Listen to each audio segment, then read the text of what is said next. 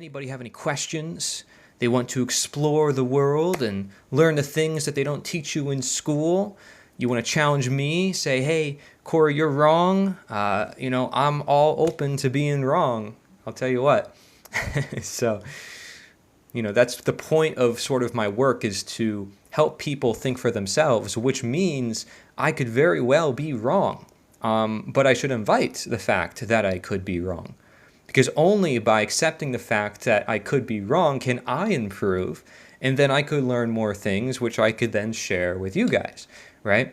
So it's always a matter of becoming better and optimizing our lives. And of course, there's a lot of people online also talking about optimization, right? You gotta do this and do that to optimize your life, optimize your health, and optimize it. And it could seem like a lot sometimes. And through my videos, if you've watched some of my short videos with that whiteboard behind me right here, this bad boy,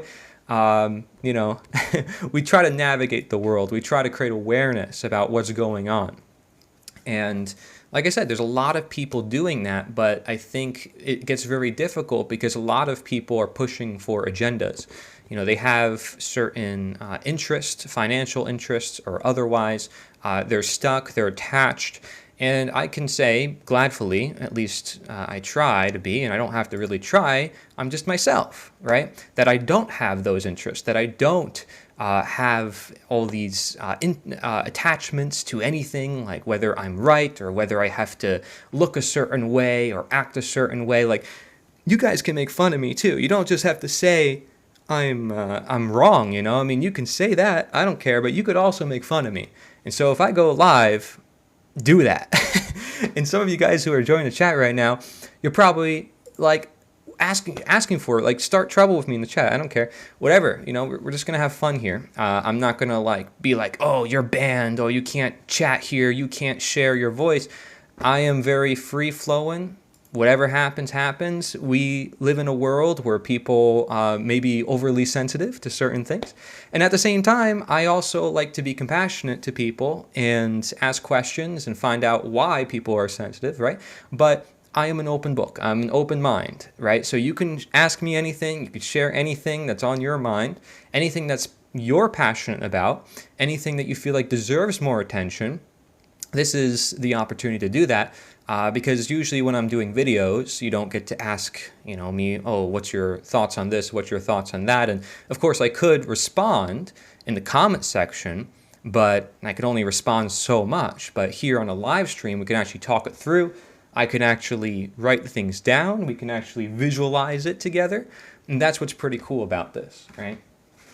So, and actually, fun fact, I just got a bunch of new whiteboard pens. I kind of needed that because I don't know if you guys noticed, but some of my videos, I was only using this pen because everything else was dying out on me. In fact, one of the videos, the brown pen died out on me in the middle of the video, and I was just like, all right, well, whatever, I'll just roll with it. And so I just went along with it, and look at that one. Boom, that one's way better. This one doesn't die out on me, thank goodness. So this is completely new markers. Heck yeah. That doesn't change the fact that there's a stain here on the board, but you can't see it, luckily, from your angle. Shh, nobody told you that. You don't know that. There's no stain. But anyways, I took the hair down so that way maybe some people can make fun of me. No, but this is just who I am, and it's about just being real. How many people on social media are real with you? I think that's my challenge for you guys here today, right? How many of you guys are truth seekers, wanting to be aware of what's going on in the world? How many of you just stumble across my content and you're like, what is he talking about? Who is this guy? He sounds crazy. Whatever it is. Like I said, I'm open-minded to any criticisms. You say, man, I don't know enough, man. This guy, he's rambling, right? Hey, that's what I have to do as a content creator, as a live streamer. That's what you're good at. You got to be yapping, you know what I mean? So, but again, the goal is to get people not from all the chatter to more chatter necessarily and overloading information, but to perhaps go inward and see some of these truths that may be underlying, or some of these ideas that are not taught to people. And there's a lot of things that we don't learn about. There's a lot of things that we're unaware of, especially if you're in this generation. You know, I'm 25, and especially if you're after my generation, you know, there's all sorts of things going on, and we don't always see all that information, right? I'm very fortunate to know some content creators who used to have millions of subscribers on the internet, and now they are not on the platforms at all. They're on their own websites, you know, they're on their own platforms. And so things got rather crazy in recent years. So they started doing their own thing, and you know, luckily they have such a fan base that they can keep doing their own thing. But I like to learn from people who may be on the outskirts, who maybe are not mainstream. And like I said, you don't have to agree with me, you don't have to agree with them, but the least I ask you to do is just have an open mind, right? Just be willing to ask yourself these questions. So many of you guys are joining on TikTok, right? So many of you guys are coming across this in your feed. And I don't know if it's a sign or what, if you want to say it's a sign from the universe, but how many people will ask you in your scrolling through the algorithm if you are stuck in the matrix, which is the algorithm. Nowadays, the matrix is the algorithm. It pulls you down a certain traction, right? It knows what you watch. It knows what you listen to. It perhaps even listens to you. And, and you know, that's the matrix nowadays. It's self-curated. It's not one in which someone has, like, this is the program for you. It's one in which the program, you're making it for yourself and you think that you're in control. But in reality, it's a mixture between you think you're in control and there's implanted ideas. And so there's a level of freedom there that is perceived, but not necessarily real freedom, right? Real control of information in your own fingertips, because there's so, like, at this point technology is so advanced, the things that they can do are absolutely insane. I don't know if you guys have ever heard of IOBNT, right? IOBNT is Internet of Bio-Nano Things. Bio-Nano Things, that is microchips, or things that are so small that you can't even see them, really. And this is a form of technology that is being studied upon daily. I mean, don't forget, I mean, for decades, we have been testing all sorts of crazy genetics and scientific ways to sort of alter nature. And my basic fundamental question is always, why are we doing this in the first place, right? So again, just asking questions. Could you do an ASMR for a video? This is the first comment I get on my TikTok Live ever doing TikTok Live. Can I do an ASMR? That is crazy. But you know what? I'm all for it. If that's my first comment, it's something, you know what I mean? Can you tell me in your words what you think the Matrix is? But I like how I just skipped the question. I didn't even answer the question. So what is the Matrix? Well, I believe the Matrix can be perceived as essentially a trap, right? I said in this context 5 minutes ago, or less, that it's the algorithm. Because nowadays, social media is the thing that is trapping people or distracting people from what's going on in real life. And it's usually pulling them down certain rabbit holes or towards certain ideas. So you can say nowadays the algorithm is a sort of matrix, but anything that sort of traps people, that is a feedback loop to that trap, I would say is a matrix. What do you mean, my tuck? You guys are already making fun of me. I love it. That's what I'm here for. You know, you got to be ready. If you're on the internet, you got to be ready for trolls. I mean, that's the way it goes. But plus, I want that because, like, you know, I don't want a community that's super serious. Like, think about it. I talk about these very serious things all the time. The last thing I want is more seriousness. As I even did a video talking about how the world needs to have more fun. Like, just relax. You know what I mean? So I don't even know what you're talking about. Tuck is slipping. What tuck? The shirt is like not really tucked in, I guess you could say. But yeah, that's what I define the Matrix as. We need to remember to step into nature, leave the tech behind now and then. That's right. But you know, I mean, you guys on TikTok here, I don't know how you guys feel about nature, right? I mean, if you're on this device right now, I mean, you know, maybe you're in nature and on TikTok. I mean, there you go. You can get best of both worlds. But you know how many times, I don't know if you guys see, there's a lot of videos online talking about data centers, AI data centers, and I come across them a lot. It's like, oh my gosh, it's destroying the environment, it's taking over this town. A lot of people are talking about it, and I didn't click on those videos. I don't know why they popped up in my algorithm, and so I have them pop up when I just open up TikTok, and I don't even use it that much. Like, I'm not even like really scrolling through stuff all too much.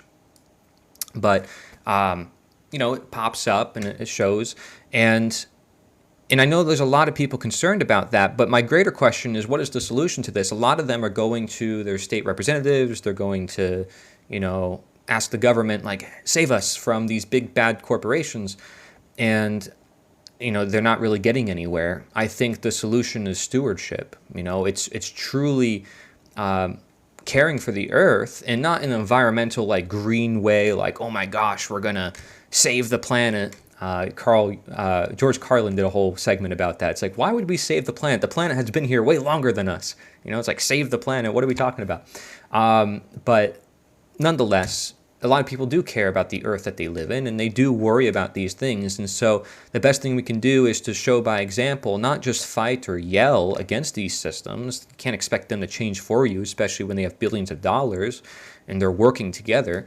Best thing to do is grow food, create demonstration centers like I'm doing, Bigfoot Food Forest, and trying to create a difference, in real life, in the ground, in the soil, healing yourself and then healing others in the process. It's not about trying to save the world and save others as much as it's also saving yourself. It should be a relationship where you want to do good for the world because it's also helping you, and you can feel the effects. You don't have faith. You don't have to just pray and hope that the world will get better. You see the world getting better. That's the type of change I think is necessary in our world. So, anyways, let's see what's going on here. I'm looking at the TikTok live studio on my computer. It's still my first time doing this. Let's see. Let me change the name here. Should I do like first live stream, first live? Yeah, I guess it's okay. I want to like tell people like, don't leave.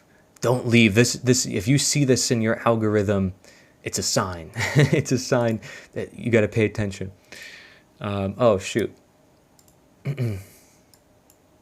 All right. Well, on my TikTok, I'm not logged in for YouTube. So you guys on YouTube, sorry if you don't see it. Darn it. I guess I could refresh. I have to log in? That's crazy. Sorry for you guys on YouTube. Join me on TikTok. Best place to be. But yeah, how you guys doing? All you people on TikTok, anything else going on?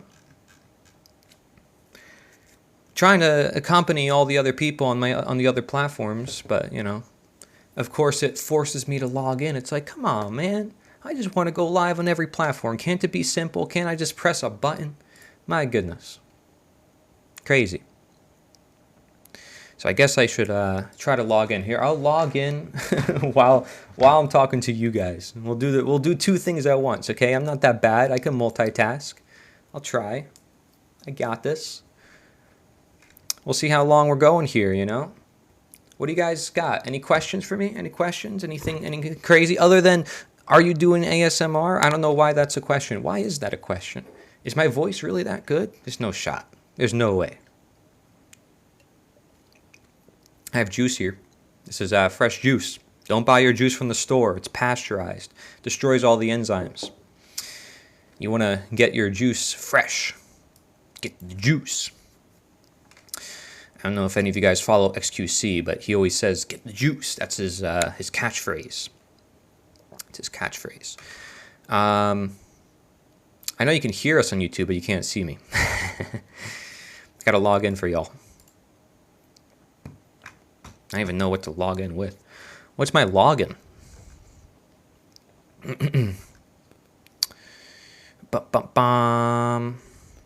Here, we'll do this. I'm not logged in on my computer. That's the problem.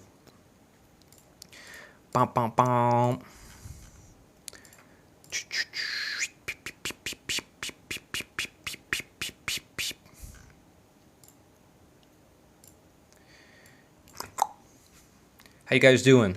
Is any of you guys escaping the Matrix? You guys escaping the Matrix? Okay, I fixed it. For you guys on YouTube. Fixed. Problem solved. Let's go. Bum. We're back on TikTok. What's up? What's up, guys? We got YouTube, TikTok. We got all that jazz. We got new pens. We got a whiteboard. We're ready. We're ready to rumble. I don't even know if I'm using this whiteboard. Maybe if I get some good questions in here, I could. You know, I didn't know how it would go going live here. I'll be honest, right? Because I've never gone live here on TikTok before. So, first time doing it. I thought I needed 1,000 followers, and then I got it pretty fast because of doing the whiteboard videos. So that was cool. Didn't expect that. But, you know, people want to see visuals. People want to open their mind, which is great. Hey, Evolving Seeds. What's going on? What's going on?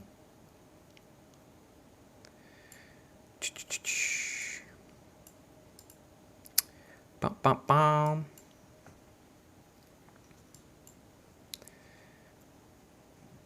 Good to see you here. Well, glad to have you here. Glad to have you. Didn't expect you to see you here. Very cool. Very cool. We have some other people joining us here. When can we arrange an interview? What's this about? What was that just popped up on my head? See, guys, I don't know how this stuff works, okay? What was that?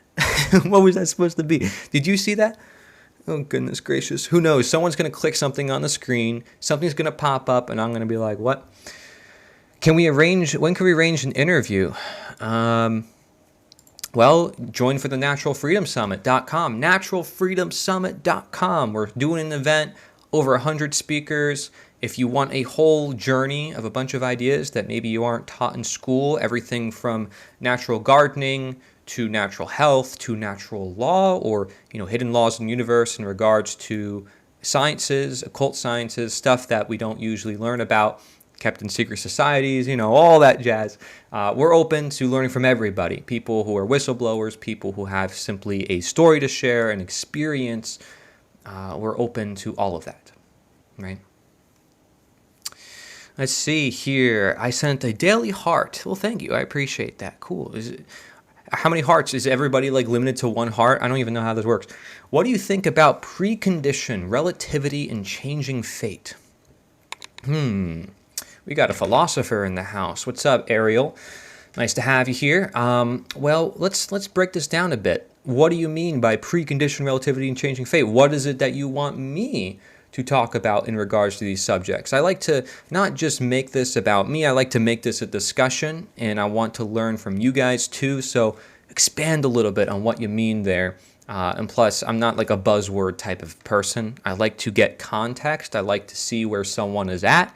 You know, I'm not about trying to divide more people. So if you want to share more information, I'm totally open to that. Oh, pre-cognition. Okay, well, that's a big difference. But if you want to still expand on that, I'm so sorry I want to come up, but I want you to be able to be free of me for algorithmic purposes. Well, you think that you popping up on the live stream is going to cause the whole thing to crash down? I mean, maybe, I don't know. Maybe certain people, I'm sure, if I got on the live stream, TikTok would be like, shut it down. Shut it down right now. But yeah, what's up? Who's here escaping the Matrix? How many of you guys are coming across this in your algorithm? Is it fate? Like we have our friends here in the chat. Someone said fate is a psyop. See, I think that's a pretty good discussion, though, is how much is really in our control and how much, you know, is not in our control. A lot of us may think, oh, we can manifest things by simply believing in it, praying, and etc. How much is that a psychological tool for ourselves to continue doing what we're doing and to cope with the world? And how much of it is actually perhaps real in such a sense that we can't scientifically study right now, but it exists and we have yet to discover it, right? I mean, there is a room of potential for which fate is a real thing in regards to manifestation. But see, this is what I mean by context.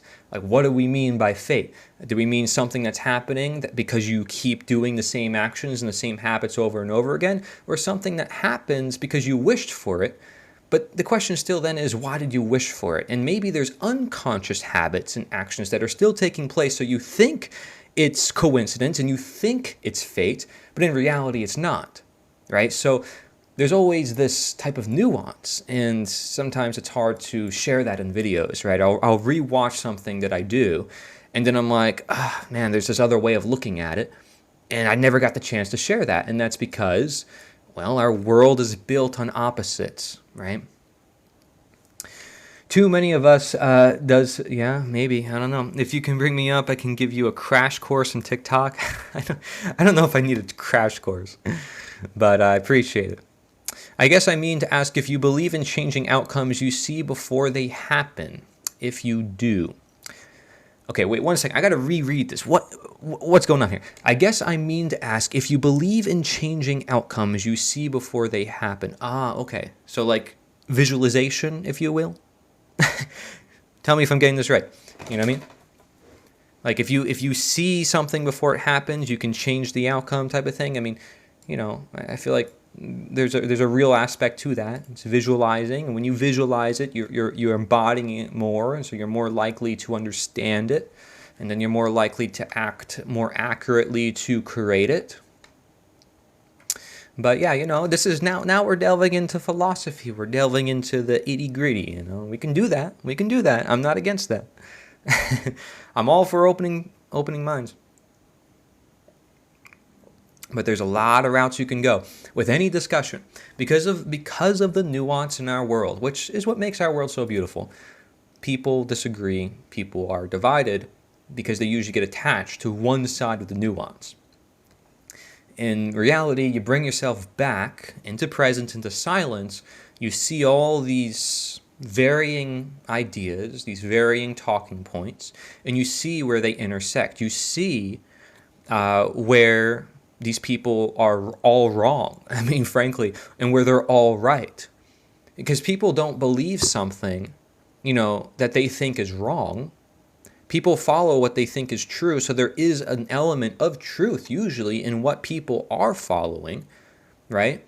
But there's always this right and wrong and built into sort of all these things. And when I say right and wrong, I mean, again, that's a whole separate discussion, but it's all very nuanced based.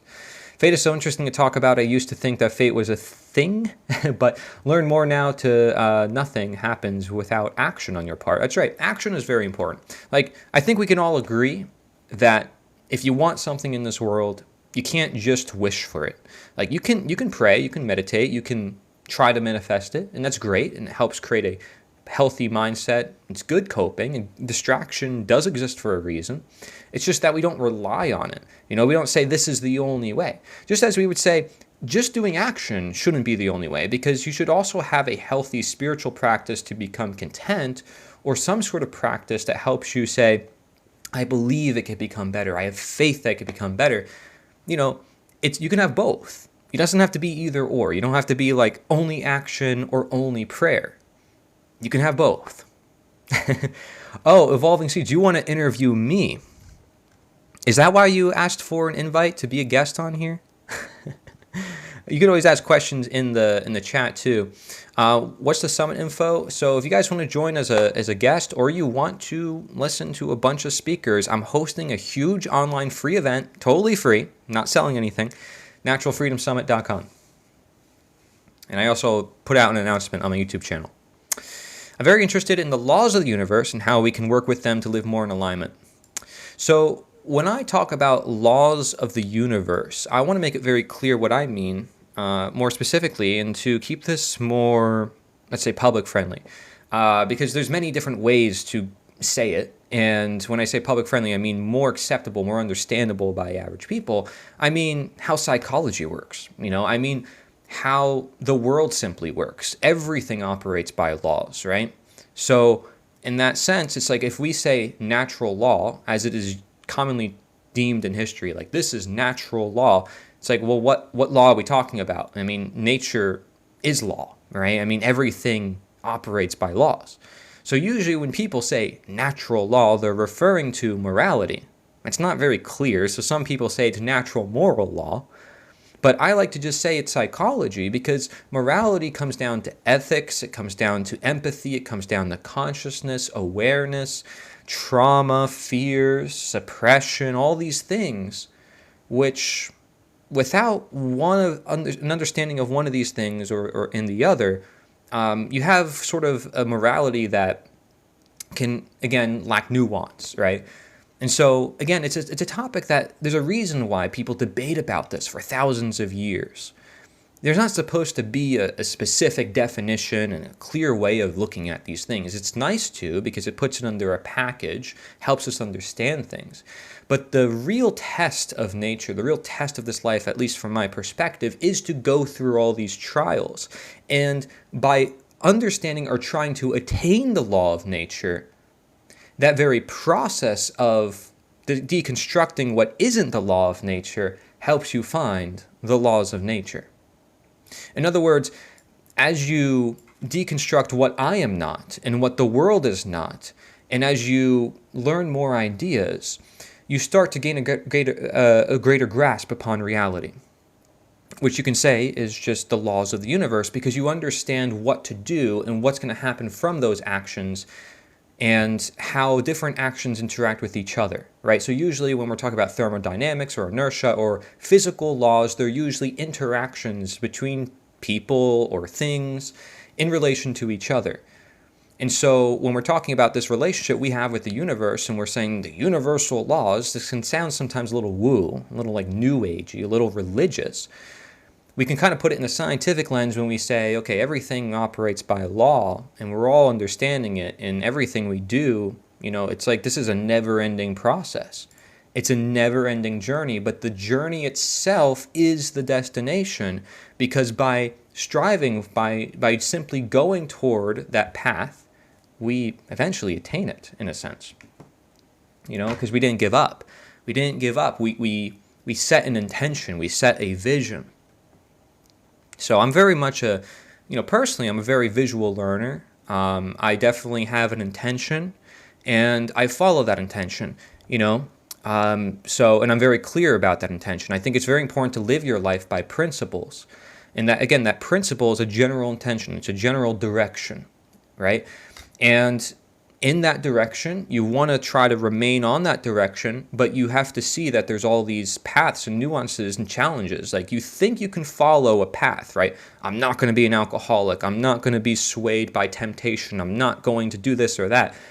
And many times you're going to be falling off track unexpectedly.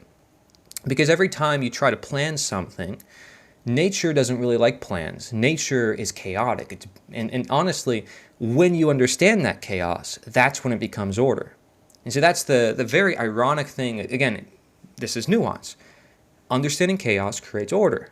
It's like, what's going on here? So when people fear the chaos without government, because I often propose a world without government, which to many people seems crazy, when I simply say that's the reality of our natural condition of humanity, that's freedom, I'm saying people should not fear their freedom. They should not fear their reality. And they should learn to work with their reality. No matter how chaotic it is, you can perceive it as chaotic, but to someone else it's not chaotic because they've learned to work with it. They've understood how it works. They understand why people believe what they believe.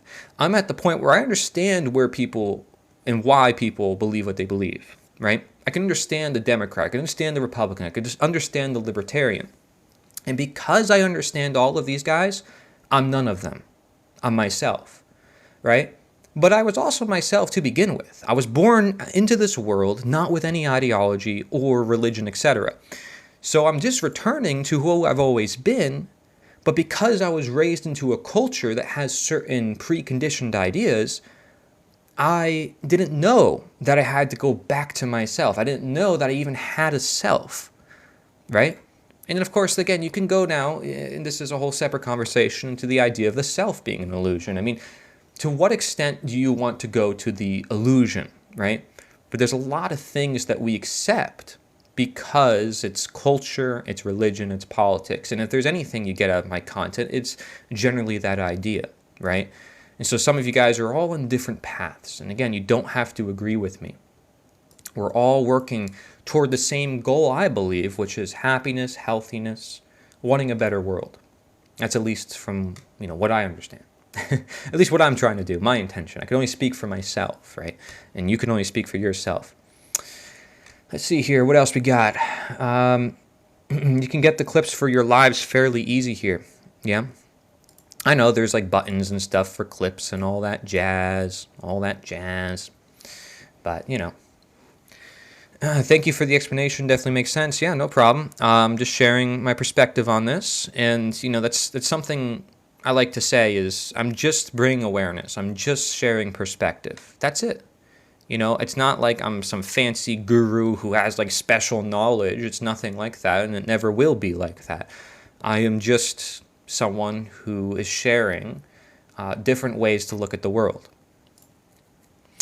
Yes, the muse starts with intention and thought, but its product is the result of action.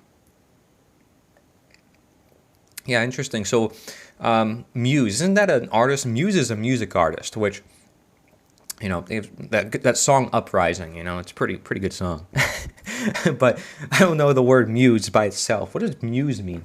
Let's find out. What does muse mean? I need to know. Listen, I don't know every word, okay? I try my best. Muse meaning.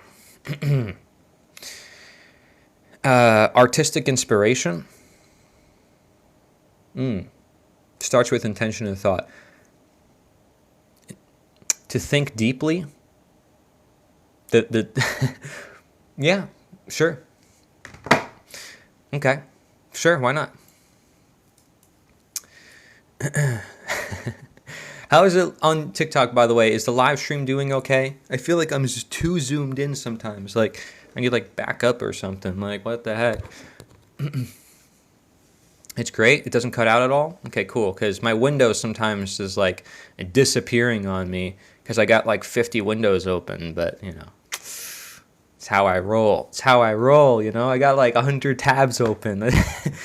Just saying. But all right, well, cool. TikTok needs you, bro. Well, listen, people need themselves. They don't need me, but people need to leave TikTok. Maybe TikTok won't promote me if I say that. Bro, don't say that. Didn't say a thing, guys. I didn't say that. Your vibe is much needed. Well, in the political, religious space or whatever, I'm kind of lighthearted. In my videos, sometimes I think I'm too serious. I'm like, darn it, I don't want to be that serious. I want to have fun. You know what I mean? It's like, okay. And I know it sounds strange. It's like, why would you have fun? It's like you're talking about the government being slavery and all this stuff. It's like, well, because at the end of the day, fun is how you get out of it. Like, what did the slaves do on the plantation before they got their freedom? They sang, they danced. You know what I mean? And it's like, well, why would they do that in their condition of slavery? Well, it's because they can inspire themselves to leave that condition. It's kind of like, when you laugh at the craziness in the world. It's like you can laugh at it. Instead of being all mad at it and being like, oh, darn it, the world is so crazy and bad. It's like you can laugh at it, and then it's not a bad thing, right? It's not going to hurt your cortisol and make you super stressed. Just saying. Another way of looking at it. Just another way of looking at it. Right? Again, I'm here for perspective. That's all I am. I am just the door to the perspective. Speaking of which, oh, okay. That's why I had it angled, because of the light. Speaking of which, I'm actually writing another book, surprise, that details sort of opening the mind a bit more to some very complex ideas that people fight about all the time, which, is the internet nowadays, let's be honest. Etymology, it is the origin word for words like music and museum. Oh, okay. So that's muse, is music and museum. That makes sense. Didn't know that. Thank you. Very cool, very cool. See, etymology. How many of you guys know about etymology? All right? The origins of words. That's what etymology is. See, we're all learning here together. I'm learning here too. I don't know the definition of every word. I don't know this stuff. I don't claim to know. I don't pretend to know. But, yep. And I think I'm gonna post tomorrow a video for Russell Brand. I think. Um, I originally it's a video that's unlisted. It's not public, but I think I'm gonna be posting it because I don't know if he saw it yet, and maybe it would encourage him to see it if it's public. Maybe some followers or people more likely to make some noise around it. The reason why I made a video for Russell Brand is because Jim Gale, who I work with all the time, went on his show. You know, this is someone who has 7 million plus subscribers on YouTube, guys. um, so kind of a big deal. You know, this is someone who I'm basically like 2 steps away from talking to. And I would love to have an open conversation with, you know, Russell Brand about some of these ideas. And I'm just, for goodness sake, hoping that he's not using Jim Gale as just another piece of his content creation machine. Because unfortunately, I think a lot of people aren't taking Jim Gale seriously. At least they claim to. Look at that little thing in my head. They claim to, but because of what he's doing is so inspirational and so powerful, but they don't actually work with him or strategize or keep in touch with him and actually try to create action with him. And like, they'll be on the podcast with him and they'll be like, yeah, man, your ideas are so good. This is what we need. And then after the podcast, nothing. You don't hear anything about it.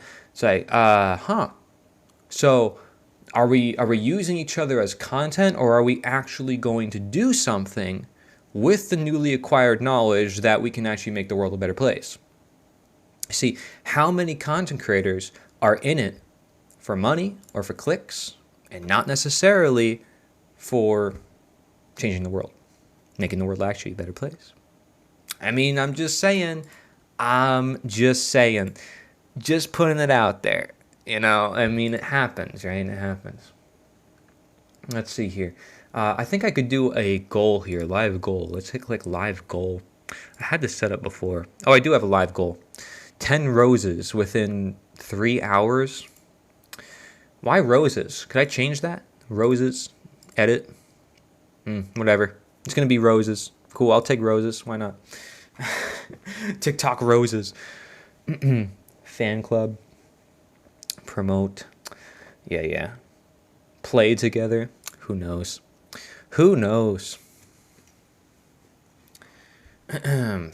Let's see, what else? Did I miss any comments on YouTube here? Face so interesting to talk about. Yep. All right, cool. I think I'm caught up. Yo, what's up in the hood? What's up? If you're stopping by in the algorithm, take this as a sign to escape the matrix. Escape the matrix, my friends, escape. Now's the time. Now is the time to escape the matrix. It's now or never. The truth waits for nobody and offends everybody, apparently. I do have another theory, which I think is unpopular, which is that truth is actually understood by most people. And, some of you guys are going to be like, well, what are you talking about? They're all brainwashed. It's like, well, I don't think people are brainwashed. I don't. Yeah, there is large-scale operations to do that, but I think people are starting to actually see things. And there's a great majority of people who actually do see things, and they simply don't know what to do with that information. They don't know how to make the world a better place. Like, they know there's problems, but they don't know the solutions. I think that's the majority of people. Believe it or not, I think so. What is this? Solutions focused sent heart me. Solutions focused. Yo, what's up? What about that? Let's see. Can I click on that? Pin comment. Cool. I'm going to pin your comment. I don't know if that helps you. It's me, Evolving Seeds backup account. Ah, I see. Okay. I got you.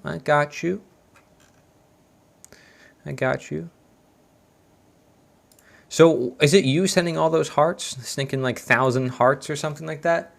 Is it just you spamming the button? Like, how does this work, bro? It's crazy. I don't know if I'll, maybe this is like the worst time probably to go live, knowing me. I go live at 2 a.m. in the morning. That's a great time. But you know what? For those truth seekers, those people who want to know the truth, this is the time. This is the time for the rabbit hole, when everybody's like, what's really going on? They're like the deep researcher in their basement. They're like, I'm sure there's someone out there. It's got to be. 10K hearts gets you the For You page, which is worldwide. Interesting. So you're saying 10K, and how do you get that? Spamming or what? You can't, like, let's see. I could send... Does that work? If I hit hearts on here? How many times could you like a creator? How many times could you hit a heart? Like unlimited times. You know what I mean?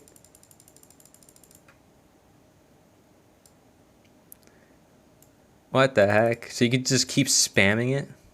Stop tapping? Okay, I'll stop clicking it. Like, I don't know. Listen, okay, I'm a noob. I get it.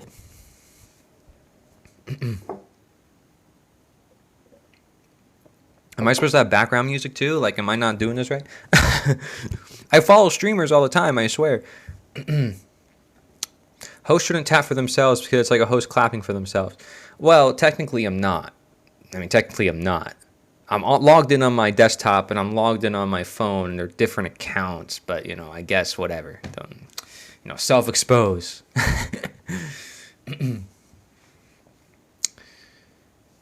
Okay, then do that. Well, I don't know. I mean, so what? You and I just click to 1,000 hearts? Like, how does that work? What's up? What's up, people? Joining in on the chat? No, just never tap on their same account. Oh, what if I do? What if I do it? Now you're tempting me. What's up, New Jersey Devil? What's going on? Welcome to the chat. Welcome. Oh, yeah. Probably. Yeah. No, they could probably detect IP as well. It's probably not like even a same account thing. If you try to like bot your account, obviously that's going to be a problem. I mean, they probably detect what I'm saying right now too. I mean, well, obviously everything is algorithmic. Everything has got AI everywhere, checking everything all the time. So it is what it is. What are these pop-ups? Like, who is that person? It's like, gifters. Cool. Well, glad to have you. Where are you based out of? Evolving Seeds, where are you based out of? Here, let's put something on the board. What pen do I use here?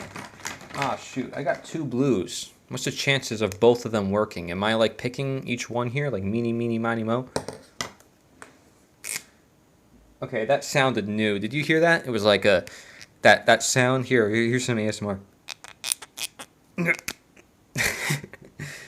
Pen opening ASMR. Maybe if I change my title to that, more people will watch. Let's be honest. Things people watch on the internet? Oh my gosh. Give me some titles that people will watch. Evolving Seeds. You say you're the TikTok expert? Tell me what to put as my title. You put like, stay if you're truly aware. I feature your work in many places, in many ways. Cool. Well, heck yeah. Feature yourself. You rock. Cool. Let's see. What do I put on the board here? Like what will... Oh, okay. So here we go. I got like 2 titles. One on the board, one on the screen.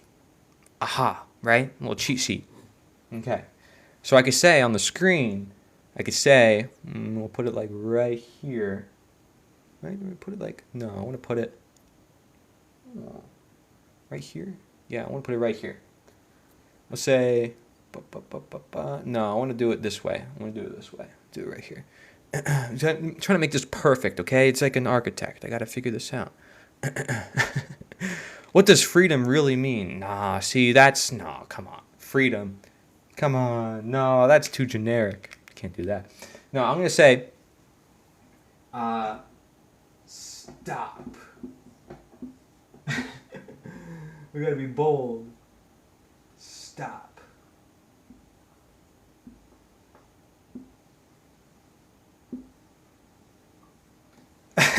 Oh, it's out of the frame. Darn it. I'd have to bring it closer to the frame. I knew it. I messed up already. Here, we'll do... start here, and then we'll go this way. I'm going to say... That's not what I wanted to say. I wanted to say, if you're watching this is the sign to, like, escape the matrix, escape the algorithm. If you are here, you know, it's a sign. It's a sign. Like... something like that. I need something short, something small I could put on here. I'm trying to think words wise. Usually when I'm writing on the whiteboard, it's like pictures, you know what I mean? It's visuals. It's not so much words.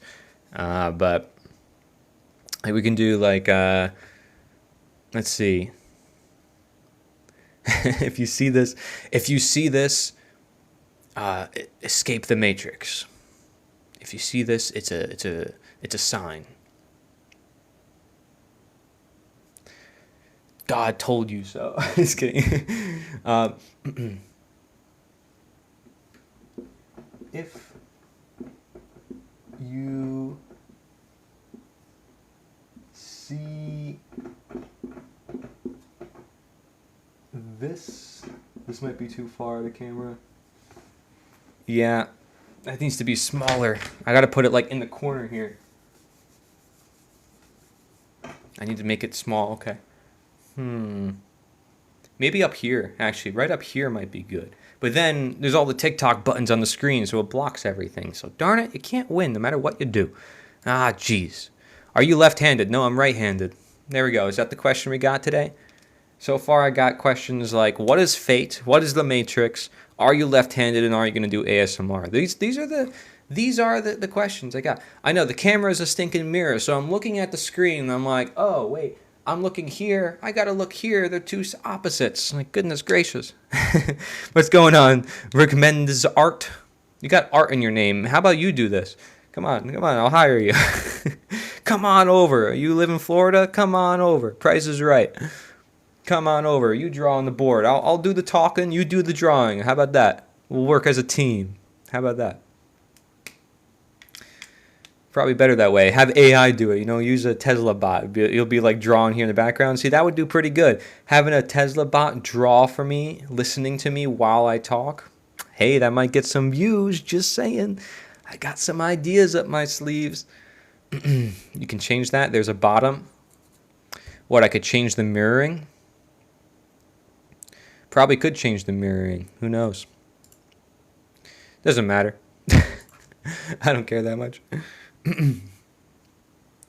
But thanks for sharing that. I appreciate it. I don't know where that button would be, but it's probably somewhere among the 20 different buttons that are down there. But, you know, it's how it goes.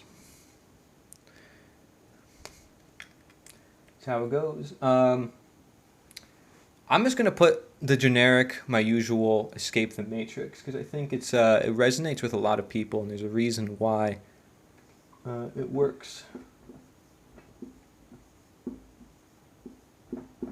Do escape. Isn't it funny? I can do this on camera, unedited, for a video, but I can't do it on a live stream. That's crazy. Makes you think everything's scripted. Maybe I'm part of the matrix. Here we go. Escape the matrix. There we go. So now if they see it in the title, you know, if they see it in the title, but now they also see it in the whiteboard, it adds to the whole gist, right? I'm going to say, oh, stop scrolling. Stop scrolling would be good. Stop scrolling. Okay, we do that one in red. There we go. People's real attention here. Bro, I don't got red. Are you kidding me? I got brown. Here, these are my colors here. I think orange is the most. That's my microphone. My lavalier mics. Orange is the most psychologically captivating. But I think maybe a dark brown might be good. We'll do that. We'll do a dark brown. There we go. Some people are probably falling right now thinking I'm going to like write an art piece. I'm sorry, I'm not Picasso. You know, if I'm even saying his name right. I can't even say his name. What's going on? Let's see. We're going to say stop scrolling. It's kind of light. That's okay. Stop scrolling. There we go. Stop scrolling. Stay. You think that works? Let's see. I got one email.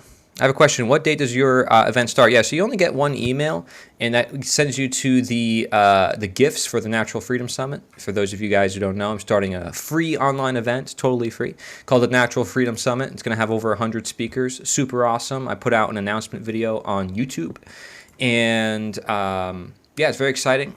Cynthia Mitchell is actually conducting interviews right now with speakers. If you want to be a speaker, then you can go to the page and share your insights, share your experiences, share your wisdom. Big content creators, small content creators, everybody's invited. If you got something to share along the lines of how we make the world a better place. And it's very exciting. But in regards to the date, it's coming up. But not soon. It's coming up like next year.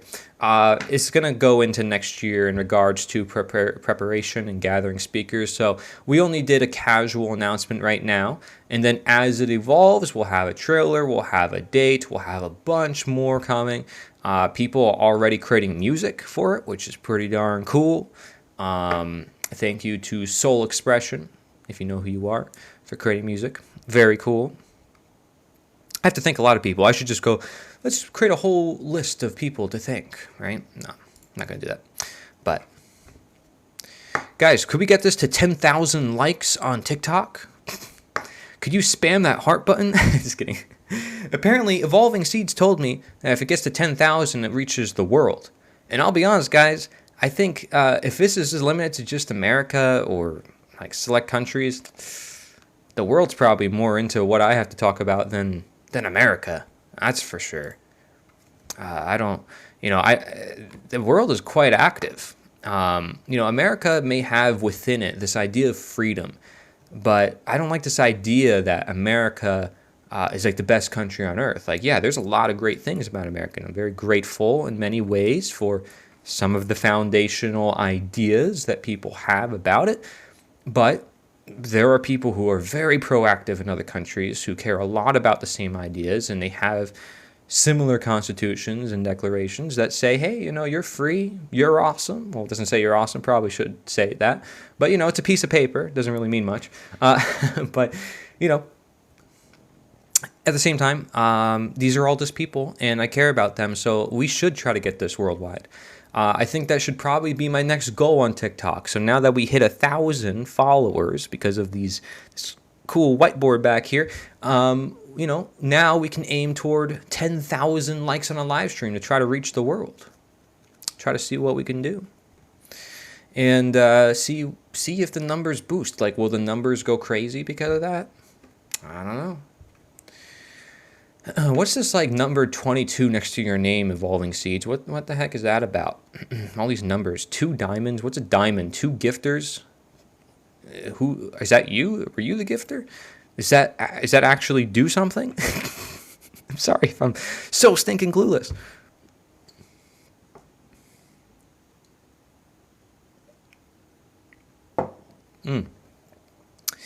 What if I have music for me? Like just casual background music, right? What if it's like just in the background? YouTube may not like that, but TikTok might like it. Let's see. What music do I even play? It's like, I don't even know. Plus, it'll just, I don't know. Hey, just for the record, those of you who want to escape the matrix and you're stopping the scroll and you see this because the universe gave you a sign that you have to pay attention to what's going on in the world and the world has got to become a better place, well, music could be a part of that journey. Anything that helps experience more or something different than what you're used to experiencing will help you open your mind, help you innovate, see things that you never thought you'd see before. That's the beauty of music. I think I don't give enough credit to music, but music definitely, made me who I am, that's for sure. Here, I'm going to put the hair down. In fact, I'm just thinking, brush it. Ugh. There we go. Will more people watch with my hair down or the hair up? Let's see. None of you guys probably care about that, and you probably shouldn't care about that. Probably should just care about the information. But unfortunately, we live in a world where people care about looks, right? Now, of course, your looks do reflect, let's say, your internal health and the way you perceive yourself to some extent. But at the same time, people judge a lot based on looks. And just like anything else, there's nuance, right? It's good to judge on looks just as good as it is to judge on personality. I would say they're both important. I wouldn't say it's only important to look at personality or only important to look at looks. But nowadays, you have the looks maxing community. And looks is what it's all about.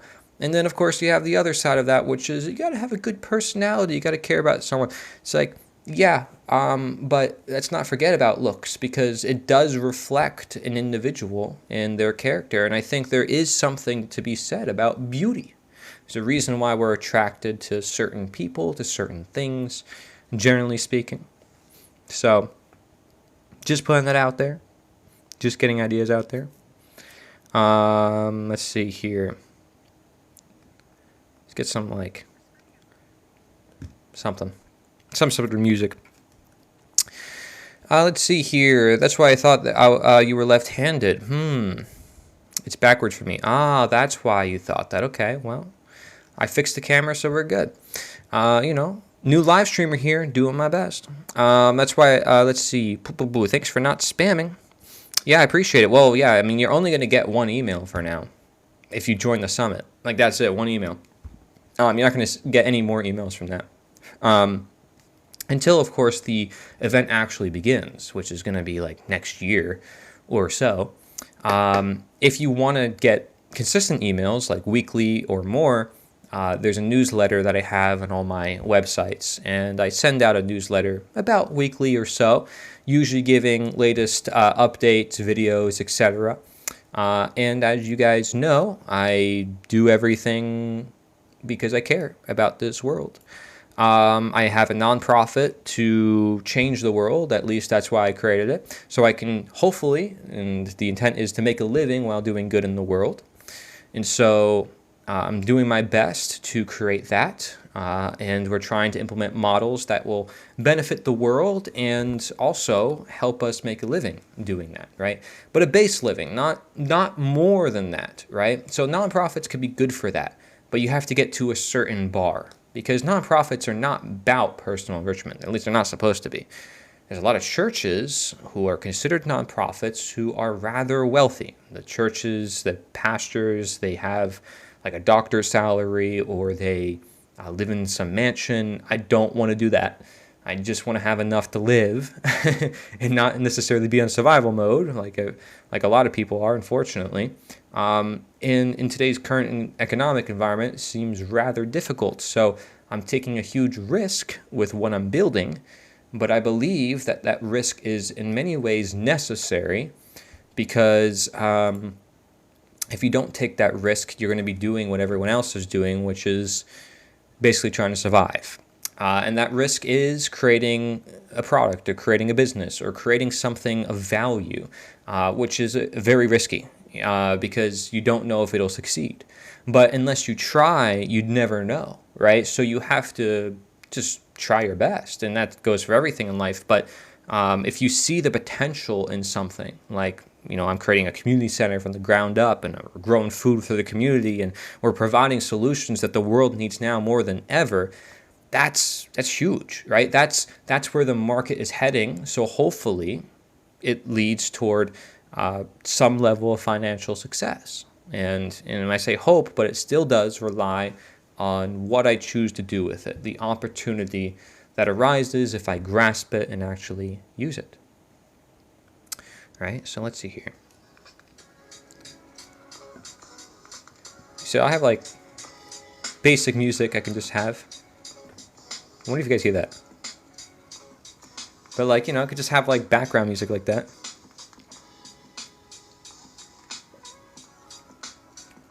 Are you live or streaming video? This is live, my friend. You can actually see your comment on the screen if you're on YouTube.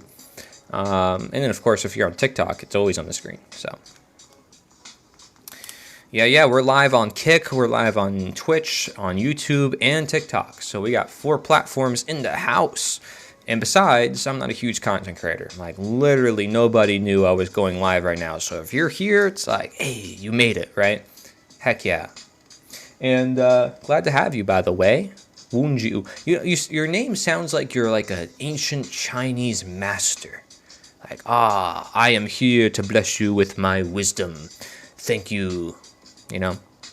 Hey, you could be. I suspect that there are plenty of people who are far more intelligent than me who are out there following my channel or other people's channels, and they don't have any social media presence at all. And that's precisely also part of the reason why they have the knowledge that they have. I mean, for goodness sake, if I'm a small content creator, I kind of, in a way, was one of them. It's like the more you're outside of the mainstream, the more you can sometimes see things.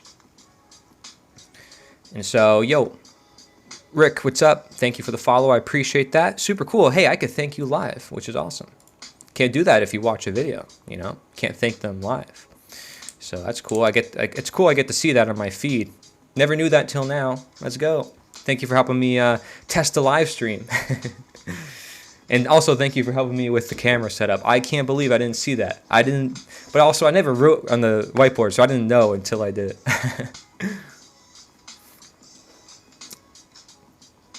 Heck yeah.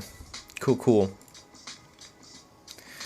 And also, I want to eventually, as I do more of these live streams, I want to know what really draws people to want to create a better world, or what they are concerned about the most. What is it about my videos that makes people follow, for instance? And, when I say follow, I mean, I'm not looking for followers. I'm looking for people who are critically thinking just as much as I am.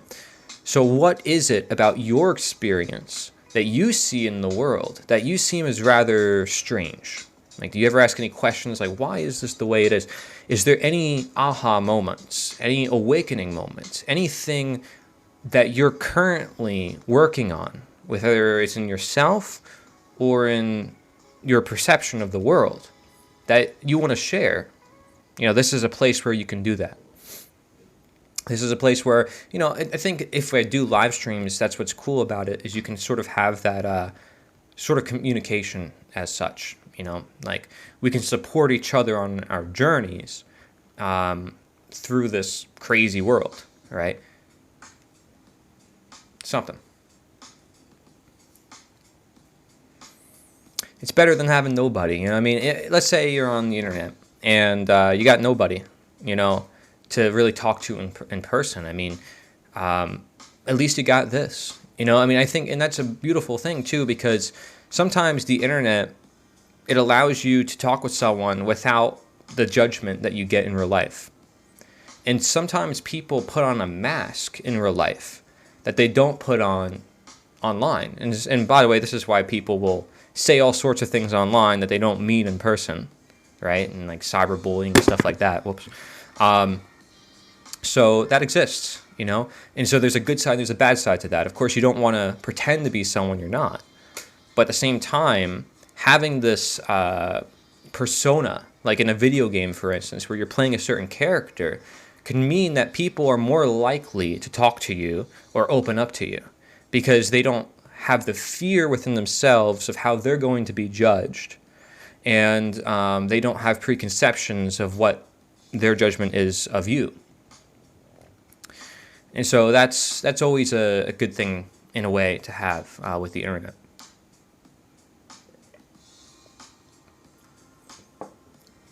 Again, I'm just here for perspective. I'm here for nuance. I would love, and this is going to happen, I guarantee you, and if we spend enough time on this live stream, you're going to see it. Somebody will come in here and they will say, I follow Jesus, or, this or that. And I'm not going to say that's bad or they shouldn't do that. But they're going to be pushing for a certain agenda. And they want to let the whole world know, right? You're going to have people who come into the live stream and they're ready to just spew what they believe to be true.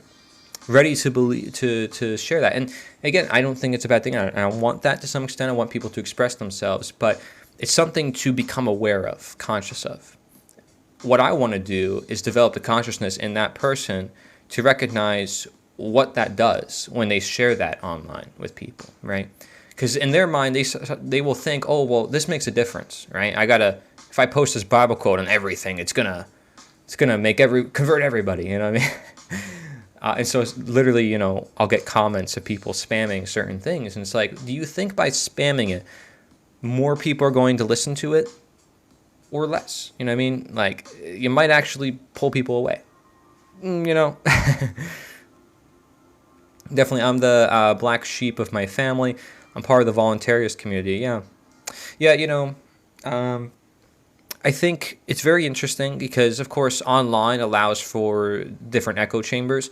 Many cult experts will say that nowadays it's really easy to fall into a cult because there's basically a community for everybody. Like you can literally just fall into the furry camp if you want to be, or the anime camp, or whatever crazy obsessions people have nowadays on the internet. There's basically a place for everybody. And it's not to say that those are cults by any means, because they're, voluntary places where people can join. But basically, it's like a cult leader's wet dream to have the ability to reach masses in the matter of seconds or minutes. And they could even use AI to do that. And they can convert a bunch of people, to whatever they want. If they use enough psychological techniques and they understand cult psychology enough. And to say that the rulers of our world don't know cult psychology would be crazy, because most definitely there's somebody up there who is a psychopath, who does have those strategies in mind. Whether they learned it consciously or they have it unconsciously because of their traumas and they're trying to achieve something, it's nonetheless there. And we cannot deny that. And just seeing some of the things that come out of these systems proves that it is very possible that there's this huge cover-up that can occur, and that there are things that we are not taught that are gigantic. I think you guys know what I'm talking about. There's different things that happen. I don't need to reference them. I don't even know if I should or even could. But, sometimes they get so obvious and so extreme. You're like, how come nobody saw this? And, you start questioning yourself. Because, how did we allow this to happen? How did we put up with this, right? I have a friend from Cuba, and in Cuba it's very corrupt, if you will say, and there's this idea of guns being bad in that country, right? And that's a whole topic of its own. And so there's this fear. When they came over to America, it's like, wait, everybody's got one, right? All these ads in this video, goodness. And so they're like, oh, everyone's got this device, so why don't you guys just protest the government? Why don't you stop the criminals? It's like, well, Americans might have the ability to, but they don't necessarily have the will. They don't necessarily have the courage. And also, doing that is not necessarily going to solve the problem. And so, I had to like basically explain to her, like, you're right.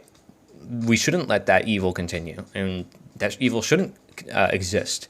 And people would take action if they felt like they could.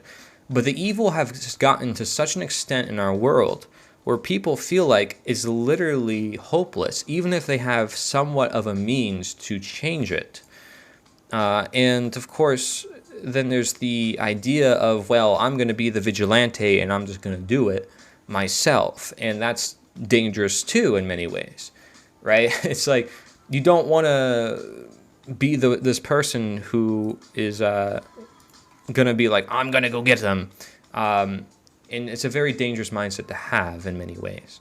For many reasons, but it's, I really appreciate, like, let's say Gandhi and Martin Luther King Jr.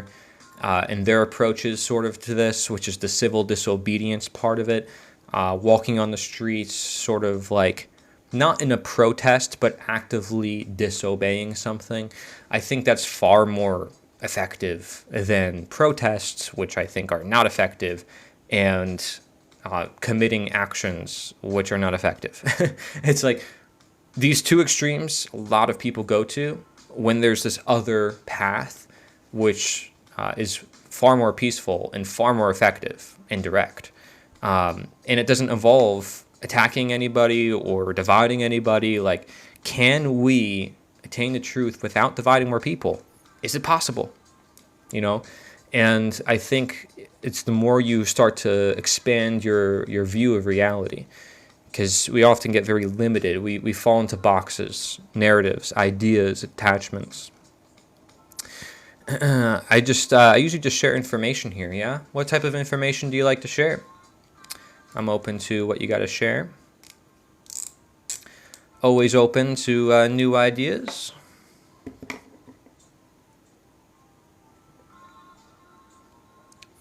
Cult expert Stephen Hassan talks about that. I've considered that. Voluntarism could be a cult. I wouldn't follow a channel just because they're voluntarist. Right. Well, you could say it's a cult-like element, is that you follow something just because it is something, right? But that doesn't make it a cult. It just has like a cultish aspect to it. So I like to do what a lot of the other cult experts do, which is say it's a spectrum, right?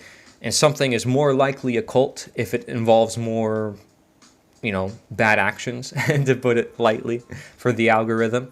And then it's less likely if it's, more consensual and it's more informed.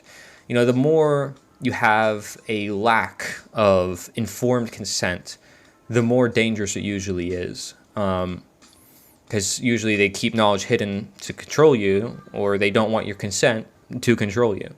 So when you have information plus consent, you have a very strong boundary for yourself where you say, I'm going to say no to this, and I'm going to say yes to this. I'm in control, right? But you're not in control if you're kept out of the know and you think that you're giving consent when you haven't, or you're tricked into something which you didn't explicitly say, I want this. And so government is like the number one cult in our world, where people believe they need it, where people believe it is necessary and has all these promises. It's the number one by far. And Stephen Hassan, to his credit, is someone who criticizes all the systems, which is great. I think sometimes he puts a little too much emphasis on, say, certain figures. And then the problem is, if you put an emphasis on certain figures, other figures start to get the green pass in many people's mindset. Because if you attack one group, all of a sudden you're a part of another group, right? People make these assumptions in their head. It's like, oh, it must be this way if it's not that way. That's not necessarily true. It's not necessarily the case.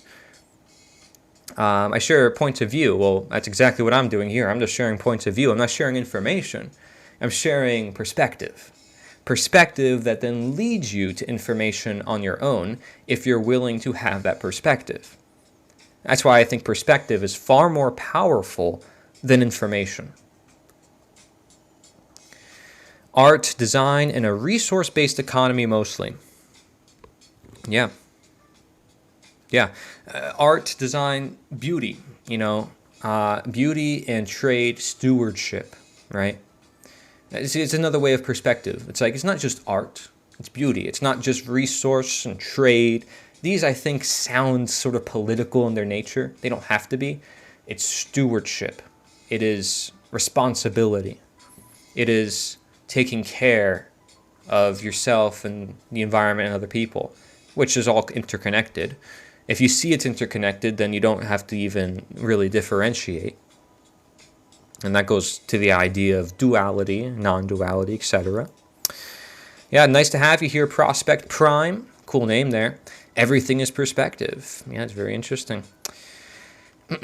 But yeah, I mean, of course, online, because people want to be attached, and, there's a lot of reasons why. If people are especially mad at the world and being deceived in varying ways, they are going to try to find something that is comfortable.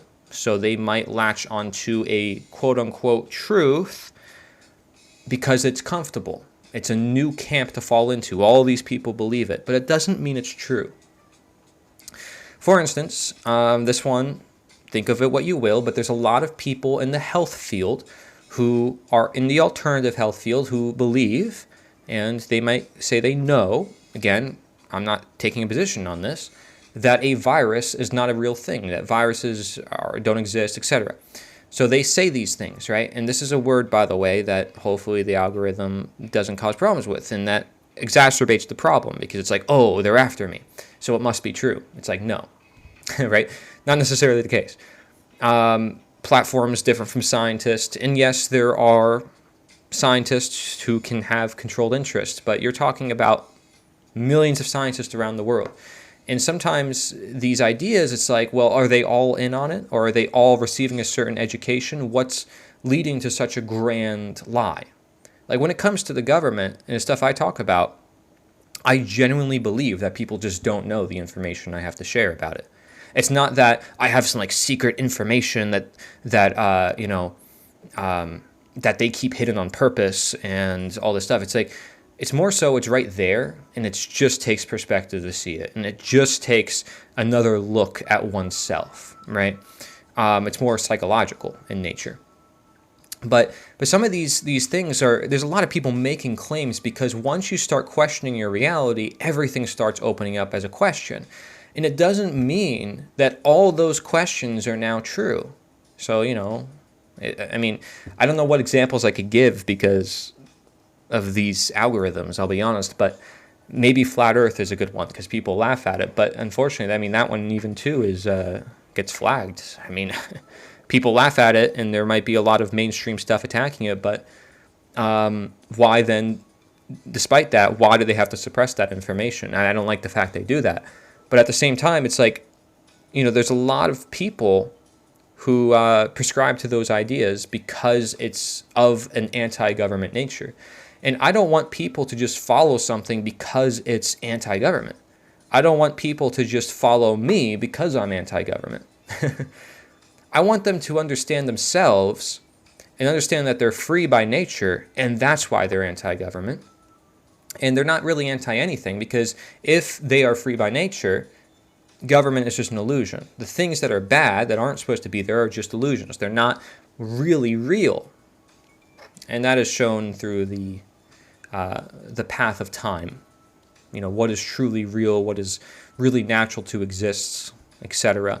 So eventually all this gets worked out on its own. We don't need to fear, we don't need to really even debate. Eventually it all comes to the surface. People eventually start to understand what is happening, So whether I say it or not, I mean, karma, or, whether you want to call it natural law or not, eventually comes back in one form or another to show people, yeah, you're not right. Because if all our science is based on something flawed, then we're not going to get great outcomes, just as an example, right? So we might think, oh, well, it's harmless, to share a different perspective.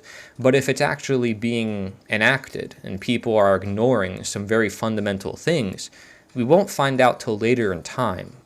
Usually we don't learn this right away. And if somebody does learn it right away, they're going to be attacked as crazy, like for predicting something that everyone thinks is not the case.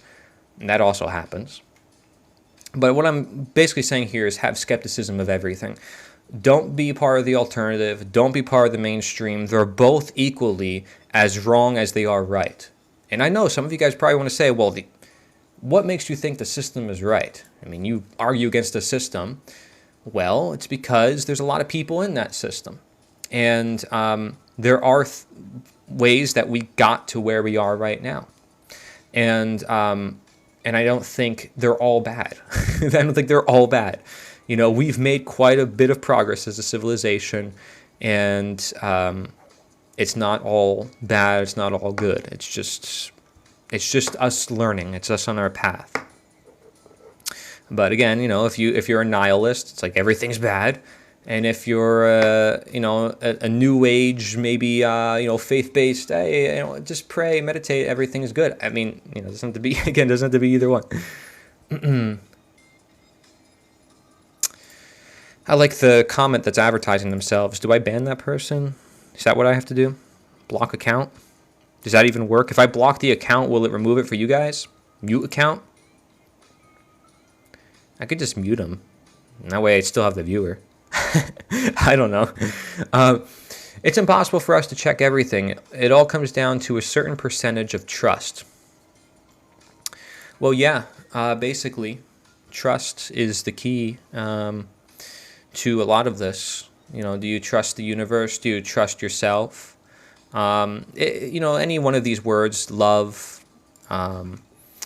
hope, these are all good and bad in different ways. Like, I know people say love is the answer. It's like, well, depending on your perspective, love can also really screw up your life if you're not careful with who you give love to and what is real love. It's like you have to find out. It's like you think you're in love and then you think this person loves you and then they don't. It's like then you're starting to question, well, what is love, right? So everything is always up for question at all times, but you don't want to drive yourself paranoid or insane either. So yes, trust is very important to living your life and just being chill, having things flow with you because you know what you're doing. You know the actions you're doing are not immoral, you're not harming anybody. You know the results of your actions, so you have trust in that. I think that's a very good thing to have. There's one channel that I unsubscribed because they were closed-minded. Some libertarian and ANCAPs forced their ideas on you. Yeah, and again, I don't use any of these titles. Some people might want to throw those titles on me, and I usually deny them because I want to say, okay, we're not operating on a human level anymore. The minute we start throwing around these buzzwords, because that's what they are, these identities, we're not talking to each other as human beings. And as simple as that is, it's something that we just don't do because we have this mindset, especially go to the Wikipedia. It's like the perfect place for that. Go to anybody's bio, and it's like, this person is this, is this, is that, is this, is that. And then they're all separate links. And then if you click on each one, they each go to their own page. And half the time, these people don't even describe themselves like that. And there's people who are anonymously or Wikipedia editors who are putting this in to describe this person, which this person probably didn't even consent to that. I don't know. And it's wild. Like, Wikipedia is just a place full of identities and full of, this is what the history is. And, this is what is considered alternative, pseudoscience, shouldn't trust this. It's like, it is the place where they dictate what is true and what is not, and who people are and who they're not. And it's interesting, but it even takes place among the abolitionists, the people that I study and the people that I write about. I mean, if you look up those people on the Wikipedia, my gosh, it has a bunch of titles for them, which if you read their works, they never titled themselves like that. And you're like, where in the world did the historians come up with this one? If they're historians and they want to be accurate, well, then they're being quite inaccurate because these people didn't title themselves that. So, what's the point of being a historian if you're going to make up titles for people, that they don't prescribe to or you don't even know? If you don't know, that's even worse. It's like, it's like now you're presuming, you're making the history. It's like, then what do I trust you for? Anyways, that's my rant done on the Wikipedia. Although I'm sure there's more to say. Plead the fifth. What's going on here? Someone pleading the fifth? Do you pay taxes? Oh boy. Well, I mean, I created a nonprofit, so that tells you that, right? There's certain church structures and stuff you can create for those purposes, but also because you care about the mission. So it's, goes both ways. But yeah, I guess it depends on what you mean. I mean, I think we all do, because unless you do, you don't live in the system, right? But of course, one of the big solutions to getting out of this whole mess is to eventually say no at some point. The way I look at the way everything's going to change is when one town or one community stops all at once. And so whether it's going to be an influencer creating that, or whether it's going to be a bunch of people who just get upset in a trending hashtag, whatever it is, it's going to happen, I believe, eventually, because it's usually every sort of big thing in history is some sort of revolution happens because of resistance to that particular thing, to taxes. But yeah, it's something that I think we're all forced into, and it really is just theft. I mean, I don't see another way around that. Again, as someone who loves nuance, as someone who likes to see things in different ways, I don't think I could go around the fact that that is absolutely just taking someone's labor that belongs to them. And that is slavery. That is slavery. I mean, at what percentage is it not? You say 100% of taking someone's labor is slavery. What percentage is not? Right? It's the question I ask people. There's some just inconsistencies in people's thinking that doesn't require you to even have a firm stance on what is right versus wrong, on what you believe the world should be. That if you just pick apart the inconsistencies and the hypocrisies, you start to see, what in the world? Why would you promote this but then promote that? So most people are against theft, but they're okay with taxation. It's like, it's basically the same thing. But they say, oh, it's different because of what it does. It's like, well, then you're saying the ends justifies the means, because we can do that for pretty much anything. Let's see here. What do you think about driver's licenses? Do you have one? Do you think there's a purpose for it? Well, yeah, funny that you ask. I do have a permit, and I'm working on a license down here because I came from Pennsylvania. I'm in Florida. And, another made-up boundary, human-made. But, again, this is something that we all have, and it's something that everybody uses. I want you to just be aware of something, that there are many groups in the alternative space that claim that you don't need to do those things if you sign your name a certain way, if you, file certain paperwork. And I just want to say to be pretty careful of that. I think it makes a very perfect psyop, because those people are not saying no. They're not saying this is bad. They're saying there's a way around it using the system. So be careful of that. There's a lot of that. And I think it's a trap, to be honest with you. And I know many people who do it. And in fact, I'm in many of those communities, and I know them quite well. So people sometimes message me. They're like, "Oh, I have this strategy that can save you money and do this and that." And I'm like, I know what this is. You know what I mean? I've seen this before. It's the same script.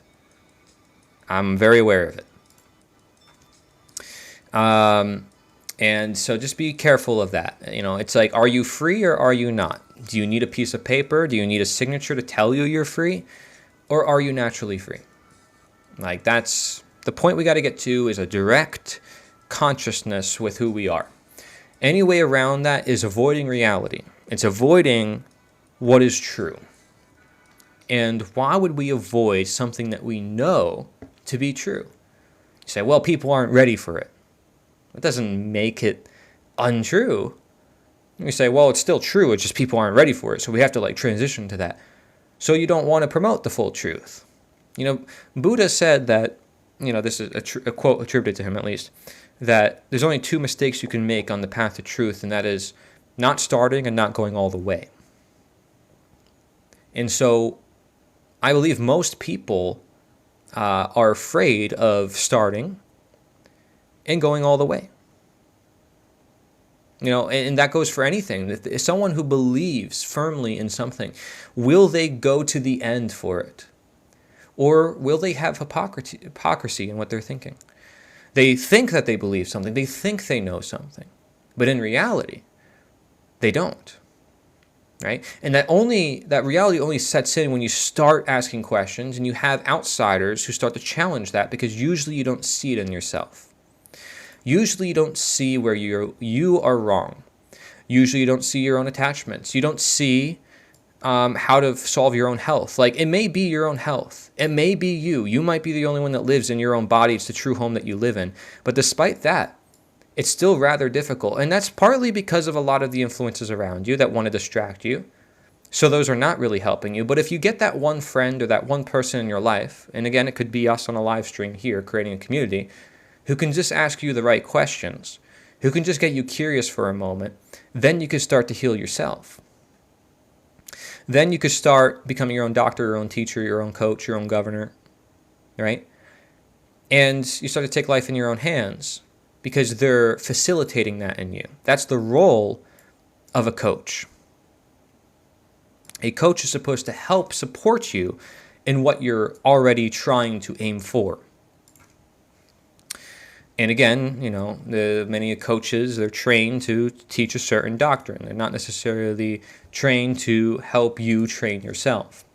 Let's see here. I think that they can put licenses and insurance together in one card. Well, that doesn't make it any better just because you have licenses and insurances in one card. Of course, yeah, can the government save paper because they're wasting paper all the time? Absolutely. But it doesn't mean that... it doesn't mean that it's right that they save paper. It's like, oh my gosh, the government, they can maybe save us from these AI data centers that are coming in. It doesn't mean that it's right for them to save us, just as much as it's not right for them to put the data centers in. I mean, come on. Can we see some nuance here, right?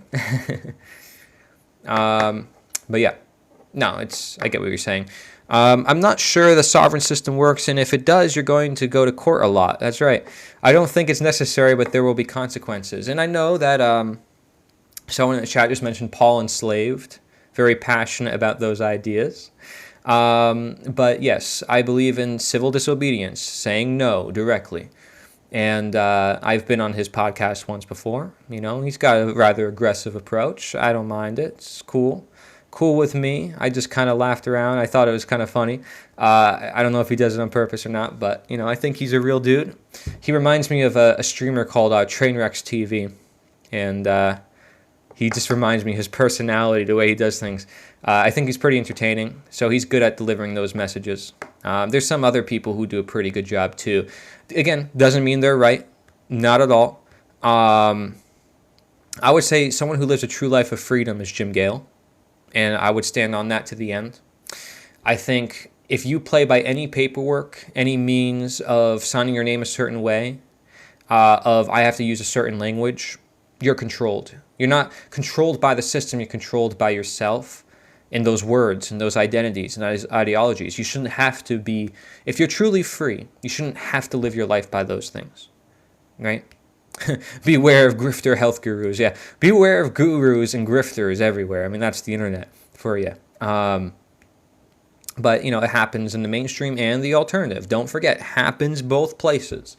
If people find that they're really good at one thing, they'll take it home.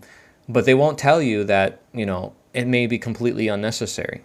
I mean, if let's say you're really good at common law terminology, and then you start to have a spiritual awakening one day, and you're like, man, this is all just made up. It's just as made up as the system that I'm fighting against. Well, are you going to stop selling courses? Are you going to stop teaching other people how to do it when it also can help them escape the system to some extent? You're going to think, well, maybe it's a solution. You know what? It's going to transition us there. Or you know what? Why not? It's not going to hurt anybody. But the truth is, it's not, like what I just said before, it's not going all the way. right? And I think we have to go all the way. Like, I'm in this. I'm in this, guys. Jim Gale, he's in this. He's risking his life. He's risking his house. He's publicly saying what he's doing. He's not beating around the bush. And I think we all have to get to that point one way or another. We can try to avoid it, and we can try to sound nice, and we can try to, sugarcoat it in a sense, if you will. Although, I try not to sound extreme. I mean, I don't think I sound extreme. I'm just telling you, I'm just being honest, right?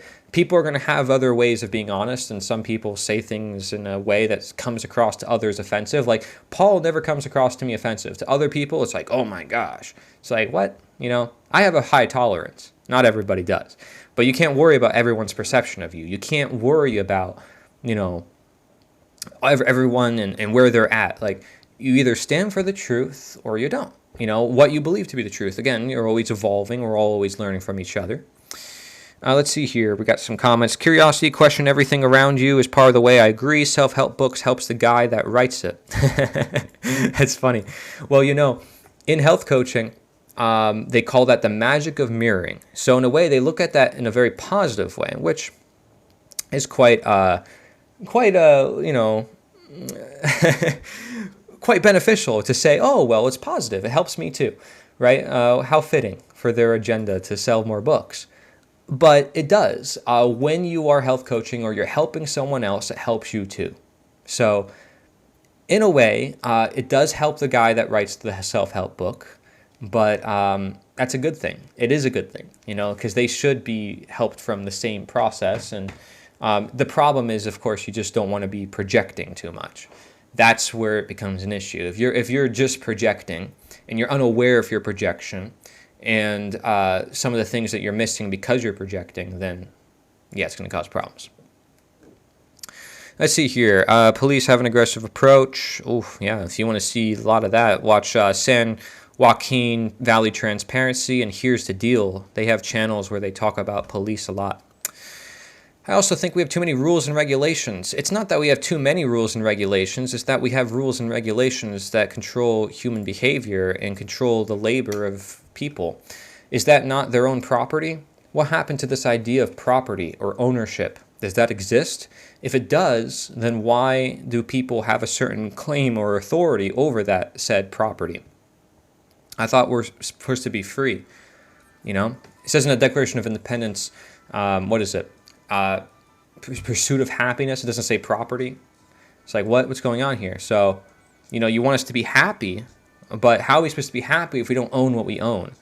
If we can't choose what to do with our own property, like that we work for, right? So we just expect us to be happy. Oh, consent because you were just born here, right? I expect you to be a citizen. I expect you to be a good citizen, to do your job, to give your vote. I expect that of you because that's your role. And then you expect of me to be the good ruler. Well, first of all, they don't say that. If they did, they'd actually be more honest and it would sound crazy. But, truthfully, it's a wild system. It's a wild system because it's just based on slavery. That's all it is. 6,000 years ago, Sumeria, it's just the same playbook over and over again throughout history. Most folks can't pass the constitutional quiz. Well, good. They probably shouldn't. I think it's funny that the Constitution is promoted as this freedom-oriented thing, and I know the sovereign groups have like 3 constitutions that they promote. Again, it's all just a piece of paper. It's just someone's thoughts arbitrarily written for a certain time on a piece of paper, so it's not universal, it's not timeless. We can't say that's actually truthful. Now, of course, within the document will contain truths, but it's not the document that makes them true. The document is just pointing to something that is true. It's like when you get the map mixed with the terrain, or the message mixed with the messenger. Unfortunately, we do that because we live in a very identity-based attachment world. So it's easy to do that. It's easy and comfortable. And again, other people do it, and that's what you're trained in school. The Constitution gives you rights. It protects you. It keeps government limited. Meanwhile, there were anti-federalists who protested it. There were founding fathers who weren't even there. Patrick Henry warned us that it would become a tyranny. And all the tyrannies in history all had constitutions. And Lysander Spooner, as a lawyer, debunked the Constitution in his writing No Treason, the Constitution of No Authority, despite the fact he was somebody who promoted the document much of his life. In fact, to his fame. He wrote a text called The Unconstitutionality of Slavery, and it went up against people who were saying that the Constitution promoted slavery. And yet, at the end of the day, both the anti-Constitution and pro-Constitution figures both agreed that it's just a piece of paper and that it's useless because it means nothing. And if anything, the Declaration of Independence has a lot more power over the Constitution. And a lot of people saw contradictions, like the anti-federalists saw contradictions between the Constitution and the Declaration. But again, these are just pieces of paper, and worldwide, it's like they have their own constitutions. They all grant you the freedom to this, the freedom to that. It's like they don't grant that to you. You're just born with it. Like, are you human? Do you have the ability to free speech? Or do you have to get granted that? You know what they call that? Back in slave times, they called that enfranchisement or manumission. That's what it is. Those rules and regulations are just policy. Make-believe imaginations like unicorns. Exactly. I mean, that's basically what I'm saying. Where do your rights come from? Well, it depends on what you define a right to be. And I know some people in my community follow Mark Passio, and he defines it very explicitly. I don't do that. But generally speaking, people say rights come from nature, your nature, human nature, God, some sense of timeless and universal truth, part of you and your property. I would say, kind of like what Mark Passio says, all property rights are rights. I agree to the sense that, you have the right to your own property, essentially, and freedom is your property. Your life is your property. Basically, anything that you own, you have a right to, and anything that isn't wrong. You can say you have a right to do anything that's not wrong, as Mark Passio says. You can say that.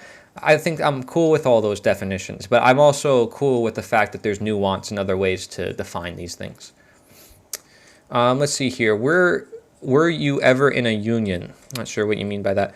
That is another area in education. I think they need to be teaching a lot of things earlier in life. Yeah. I mean, listen, you can go down a list. Everything in the system needs to change. And that's because the system itself is built on coercion. So all day we can be talking about, what the solution is and what the problems are. Oh, people love talking about the problems. I mean, that's no end, no short of that, right? But I like to share that the solution is rather simple, and that is civil disobedience, permaculture, growing food instead of lawns, inspiring people, empowering people. We don't have to be divided. We don't have to be philosophizing. We don't even have to debate about these concepts. I know that it's fun to do so, and it's good on a personal level, and it helps us evolve the consciousness of the human species to sort of have these conversations. But at the same time, if you create environments that are very receptive to create those conversations will happen sort of naturally.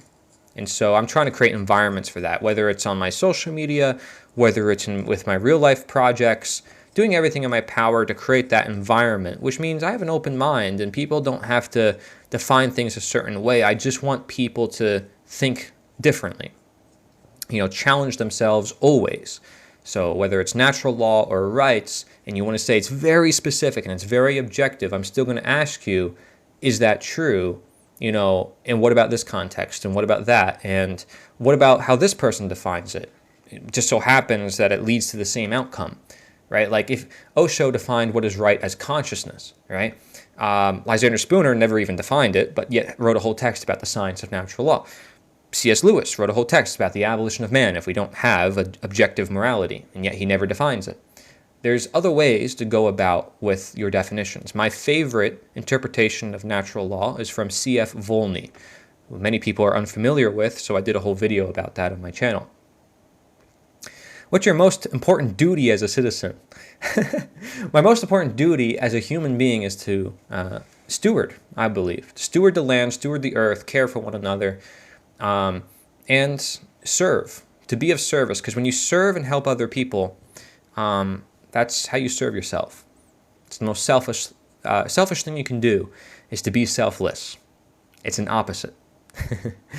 Because those people who are the least inspired, who are the most depressed, are the people who believe that it's the opposite, that they should not serve, and that everyone's going to cheat them and lie to them, etc. There's programs in our belief systems that we have to get past, and you'll find the right people, you'll meet the right people if you make it your intent to do so. I've met wonderful people because I've had an open mind and I care a lot about the world, and so it happens on its own.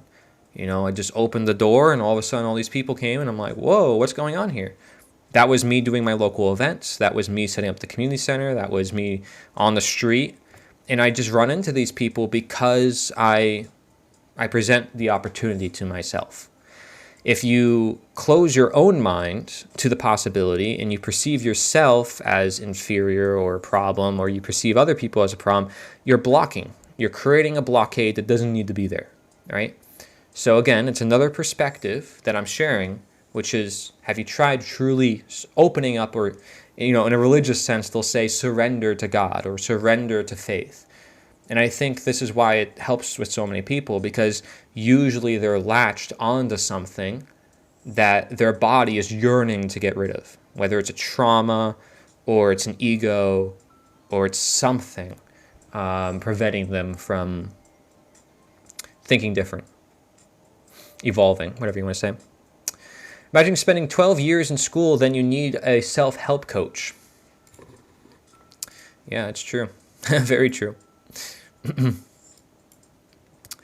the school system, it just shows you, if we have all this disease, if we have food insecurity, if we have people who aren't thinking for themselves, who have the inability to deal with social media, it doesn't mean social media is the problem. It shows you that the school system is also flawed, right? Again, we want to blame social media, we want to blame companies, but there might be blame in ourselves. And there's this effect in psychology too, transference and other phenomena, Steelman, where the very thing that you blame someone else is doing is the same thing that you're doing yourself. It's been a tax farm since they killed Jesus. Yeah, basically, Rome, basically. And, divine right of kings. God gave me the right to rule. I think they have made some of these rules and regulations just so they can extort money from the people. I guess Matthew was a tax collector. I have no clue what you guys are talking about here. I'm going to be reading a book of Lysander Spooner soon, after the book that I'm on now. Oh, nice. Yeah, Lysander Spooner is amazing. From anybody from the 1800s, Lysander Spooner puts it in such a nice way. Usually you read something like 200, 300 years ago, and you're like, man, this is kind of hard to understand. Right? It's like, what am I reading? And then you read Lysander Spooner and you're like, wait, why is this written so well? Like, I can actually understand it. He wrote really well, and he was a future thinker. And his deathbed, they said that he would come back from the dead through a lot of his ideas. And that's literally what has happened. Absolutely incredible. Rights need to be defined carefully. Rights are your inherent birthright, as in you have the right to do whatever you want as long as it brings no harm to your fellow humans or nature. Yeah, see, I respect that. Causing harm is defined as a wrong. Yeah, I respect that. That's like a Mark Passio view. But bear in mind, he got that definition from an InfoWars forum post. Not some secret occult knowledge like some people like to think. But the occult sciences, the psychology does back it up for sure. Just don't take it so literal and like it's, written on the parchment of God necessarily. As it even says in the Bible, the law is written on your heart. Well, you can't really write on your heart, so it's a figurative meaning that it's built within you. You can call it conscience. There's another word for it, synergenesis or something like that. A word that most people never heard of. But it also has to deal with the conscience and your inclination to do good. Oh, synderesis, that's what it's called. Synderesis. You probably never heard of that term. It's a common term used in ancient moral studies that has to do with your inclination to do good.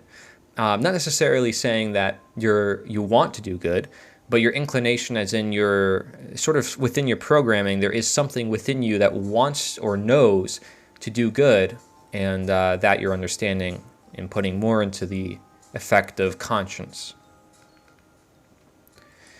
If you were born under the Constitution, you were born into a union, and the Constitution is a union contract. So this sounds like some sovereign citizen or type of language that is used. Wrong. There were the 3 Constitution quiz questions. Your most important duty is jury duty. So see, we have someone on YouTube, and I respect you. I like your name, Conspiracy Therapist, who's saying, this is what it is, but what you're saying to me, if I go back to my beginner's mind, if I just ask myself some questions, I don't know what this idea is, of union. Like, I know unity between people, right? But this idea of, you were born into a union, and there's this constitution that God wrote, and it's on a fancy parchment. I think we have to question, is that really authentic? Is that really honest? Screw the courts completely. They're more fraudulent themselves. The courts seem very interesting. To put it that lightly. It's part of the reason why, guys, every time I go live, every time I do this stuff with you guys, I always say I'm pretty grateful that I'm not a big influencer, actually. Because if I was a big influencer, you have to worry about lawsuits. I mean, you got to worry about a lot of stuff. And again, it's not that I have those fears or anything, but I see what these influencers deal with nowadays, and I'm like, holy moly. It's not fun being popular. A lot of people out there, this generation is like, yeah, I want to be a YouTuber, I want to be a TikToker. And then you actually see their lives, and if they're actually happy, and all the lawsuits they have to go through, and the relationships, if they're even in one. And I think I'm good. I'll pass. Right? I think I'll pass. And also, not to mention, but their audiences are usually full of spurgs. And if they say the wrong thing or do the wrong thing or do something different, half of them leave and the other half gets mad at them and goes on Reddit or Twitter and starts spamming about them. Yeah, I'm good. I don't need that. Thanks. But hey, I'm cool with a community of people who just want to open their minds and explore things. And I'm sure some of you guys are like, yeah, I want Cory to go viral so this message could go bigger. But, I want to make a big difference with my local project here and showing by example. I think there's plenty of people on the internet saying things, not a whole lot of action, what is actually being manifested into the world. As you guys know, I'm quite vocal about that. Just to let you know, I love what you're doing. I was involved in guerrilla gardening. Oh, very cool. Very nice. Very cool. And permaculture is the way. Permaculture. I'm so glad you know about that. Yeah. Yeah, it's, it's another thing too is, there's people in the natural law community and they sort of see me promoting growing food and they think, oh, this is some sort of environmental thing. No, permaculture has its own ethics-based system, just like anything else. The way you learn how to grow a plant is similar to the way you want to maybe even treat human beings. It's part of the reason why it's so beneficial for prisoners and students, because it actually teaches you when you do it. And you don't realize it's therapy, but it is.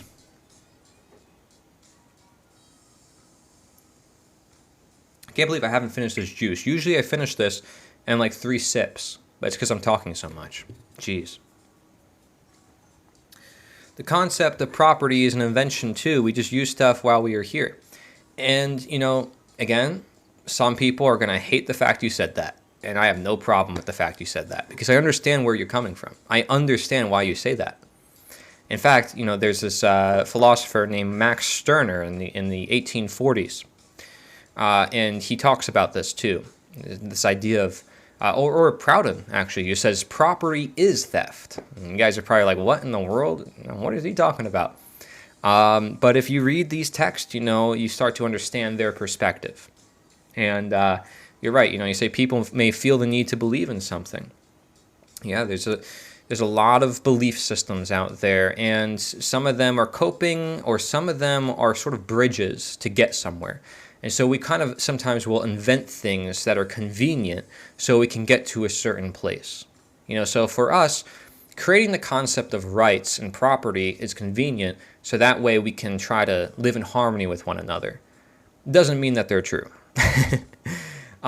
It's nice to say that they're true, so that way we can say it's true that we should live in harmony with each other. But there's these things that sometimes you don't actually even need to live in harmony with each other. That people think they need it, but actually you don't. And I think it's worth just exploring that perspective, because in a free world, people are going to have different ideas of reality, and that's okay.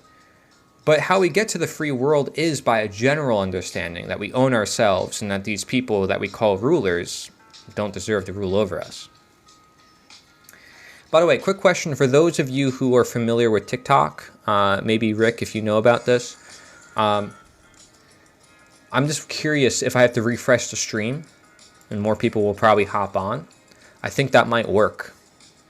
I think it works if you refresh the stream, because I remember I had a friend that used to do that. So what if I refresh the stream real quick on TikTok? You think that'll work?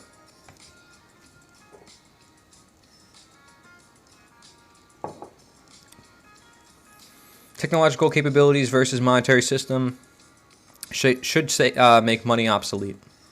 Yeah. Technological capabilities and AI is actually going to make, well, a lot of things obsolete, and that's why people have a lot of fears. I don't look at it purely in a fearful way, considering the fact there is a lot that is good that can come from it. It's a tool like anything else, and it's definitely going to challenge the way we do things. Definitely. It already is. And I think, yeah, it's not just money, though. It's time, it's work, it's everything. And besides, our whole civilization is built on money, so if you say it changes money, it's already changing everything else. Let's see here. Everybody should be doing permaculture, yeah. Daniel Quinn's book, Ishmael. Oh, yes, I've been referred to this book many times. Showed how Freud is kept under lock and key and doled out to get people to do stupid things for kings and queens. What do you mean by Freud? Unless that's a typo. It's called totalitarian agriculture. Yeah, I mean, that's monoculture, mass monoculture, agribusiness. I like to just call it agribusiness because, there's a word for that. So, that's what I do. But, you can call it totalitarian agriculture. I mean, that's what it is, right? I mean, like I said, the way you treat plants is the way you treat people. Or even the way you treat animals. Like Gandhi has that quote about that, That's why some people promote like the vegetarianism thing, and I respect that. Because it's true, if there's actually schools locally here that teach you like animal rights, animal activism, and a lot of their logic I sincerely question quite a lot, in ways that I surprise myself, because there are things that I'm like, I see this and I know that they can't see this. They're not like obvious things. They're like nuance that is sometimes really hard to see. And I surprise myself that I can sometimes see that nuance in regards to animal agriculture, because they want to say that, animals are like humans and deserve rights and we should go vegan. I surprise myself with the nuance I sometimes see with that topic, because I respect and understand where they come from. And then the more I dive into it and see their arguments and see some nuance, and I'm like, oof, it's hard to explain. I go in my mind and I'm like, that's going to be a hard one to explain. But regardless, if there's a vegan or someone who cares about animals, the best thing they can do is promote permaculture, because they're promoting the environment, they're promoting animals, they're promoting plants, they're promoting everything to work together in harmony. It's a whole ethics system. And it's one that also won't cause as much division and is more holistic, more conscious. And in my videos exposing veganism, which people still have never debunked, by the way, they just propose questions, and they propose the idea that we just need to be more conscious of our food overall. And by becoming more conscious of our food, that extends beyond veganism. into heavy metals and agriculture, how the food is being raised, where is it going. These are things that, by definition, following a diet does not take into consideration. But I also go over the moral arguments too, and everything else. Everything in between. Personally, I thrive a lot on fats, and a lot of people thrive on fats.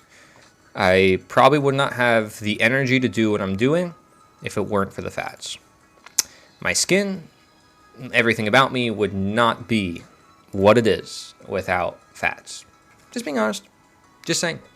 And I used to, this is just me speaking from my honest self. If I'm not allowed to do that, then, again, what freedom do I have? When I was vegetarian, my cheekbones were getting a little too thin and people noticed. So I did try it. Can't say I didn't. And, I know my stuff, like, in regards to health, because I studied all these diets and stuff.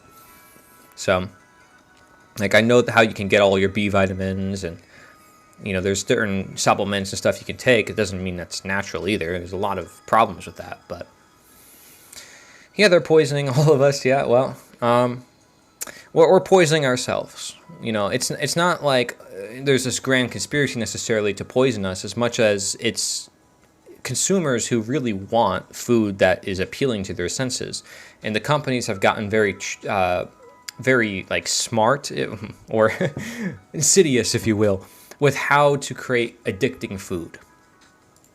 All right, I'm gonna reset the TikTok live. Yo, escape the matrix. Escape the matrix. See if anybody new pops up in here because I reset it. I want to see if this works. Just testing something. I started telling Eskimo to be vegan. That's right. One last question. How many times did Thomas Paine mention hemp and common sense? Did he? That's interesting. I actually don't know. I have his book, Rights of Man. I did read Common Sense a long time ago, years ago. I think back in 2016 when I was a statist, when I promoted government. Thank you, Rick. Back on the live. But yeah, it's been a hot minute. I have all the Founding Fathers books actually in my bookshelf. I have all of them. So I promoted the Founding Fathers quite a lot back in the day, especially when I was into all that. Very familiar with George Washington's Etiquette book that he wrote. Have you guys ever seen that book? Like, Proper Etiquette? I should probably try to get that. It's like, you guys want to learn proper etiquette from the first president of the United States? He wrote a whole book about it. I remember one of the things it said was, if somebody stands up, you stand up too. If somebody, it's like whatever their posture is, you want to mirror it. It sounds kind of like, neuro-linguistic programming, sort of like learning how to talk to someone effectively. But, it's funny. There's some actual good tips in there, maybe. But hey, that's part of the Enlightenment, is like learning proper mannerisms. And it doesn't have to be strict. It doesn't have to be like, this is the way the family does it, and this is the culture, and you must do it too. But like proper mannerisms and gestures and like holding open the door for people, like, hey, that exists. And I know some people may not like that, but if you're raised in a family that cares, and you're like, why would you do it? I think the good question is asking why. And if you're not allowed to ask why, then of course. But it's not a good thing if you're not allowed to ask why. I like asking why. I ask a lot of questions. That's why I have this board here. Thank you, those people who are scrolling in right now. Stop scrolling. Escape the Matrix. Any questions you got? Oh my gosh, someone just joined. Real UFO caller. Come on. Escape the Matrix. You sound like the perfect person to be in here. The perfect name. Perfect name. Even though I haven't talked about UFOs yet. Isn't that crazy? Yo, he followed. Just because I said that? That's crazy. You're awesome. Stop scrolling. Escape the Matrix. This is your sign. If you see this screen, the screen of the stream, then you're here. escaping the matrix. Now, what does it mean to escape the matrix? Escaping the algorithm, because I'm here, I probably shouldn't be in this algorithm. I get people to question things quite a lot. At least that's my goal. I'm myself, right? I just share perspectives. I don't claim to know. I don't claim to know everything. But what I can do is get you to ask questions and learn for yourself from your own worldview to see if there's any contradictions, anything that maybe is kept hidden from you, maybe things that are kept buried in the algorithm, like me. You found me for a reason. It's fate. It's God. God told you so. No, I'm just kidding. The aliens, they casted this upon you. The UFO caller, you probably summoned me because the aliens gave you this direct interception through technology. I mean, hey, I don't know. It's possible. Because everyone knew what it was, we have some comments on YouTube that I'm reading here.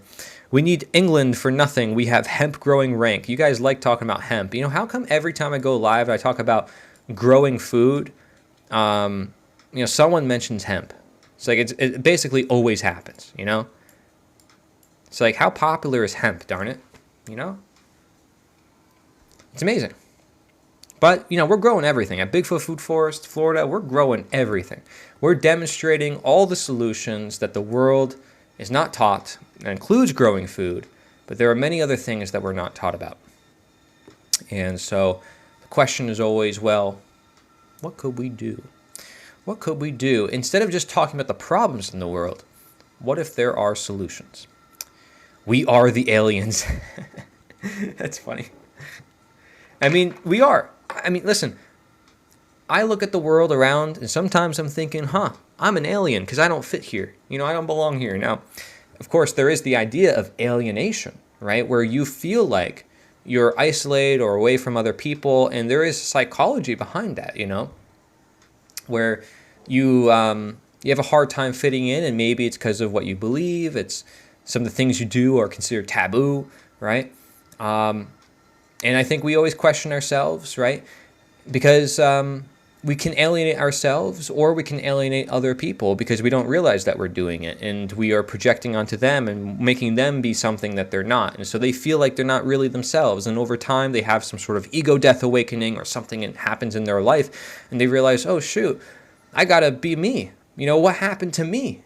All this time I was being somebody I wasn't. And it's something I share a lot on my live streams for those of you guys who are joining in is, there's a lot of content creators out there, and what makes them appealing is the idea that you think that they're being truthful with you. They appear as though they are real.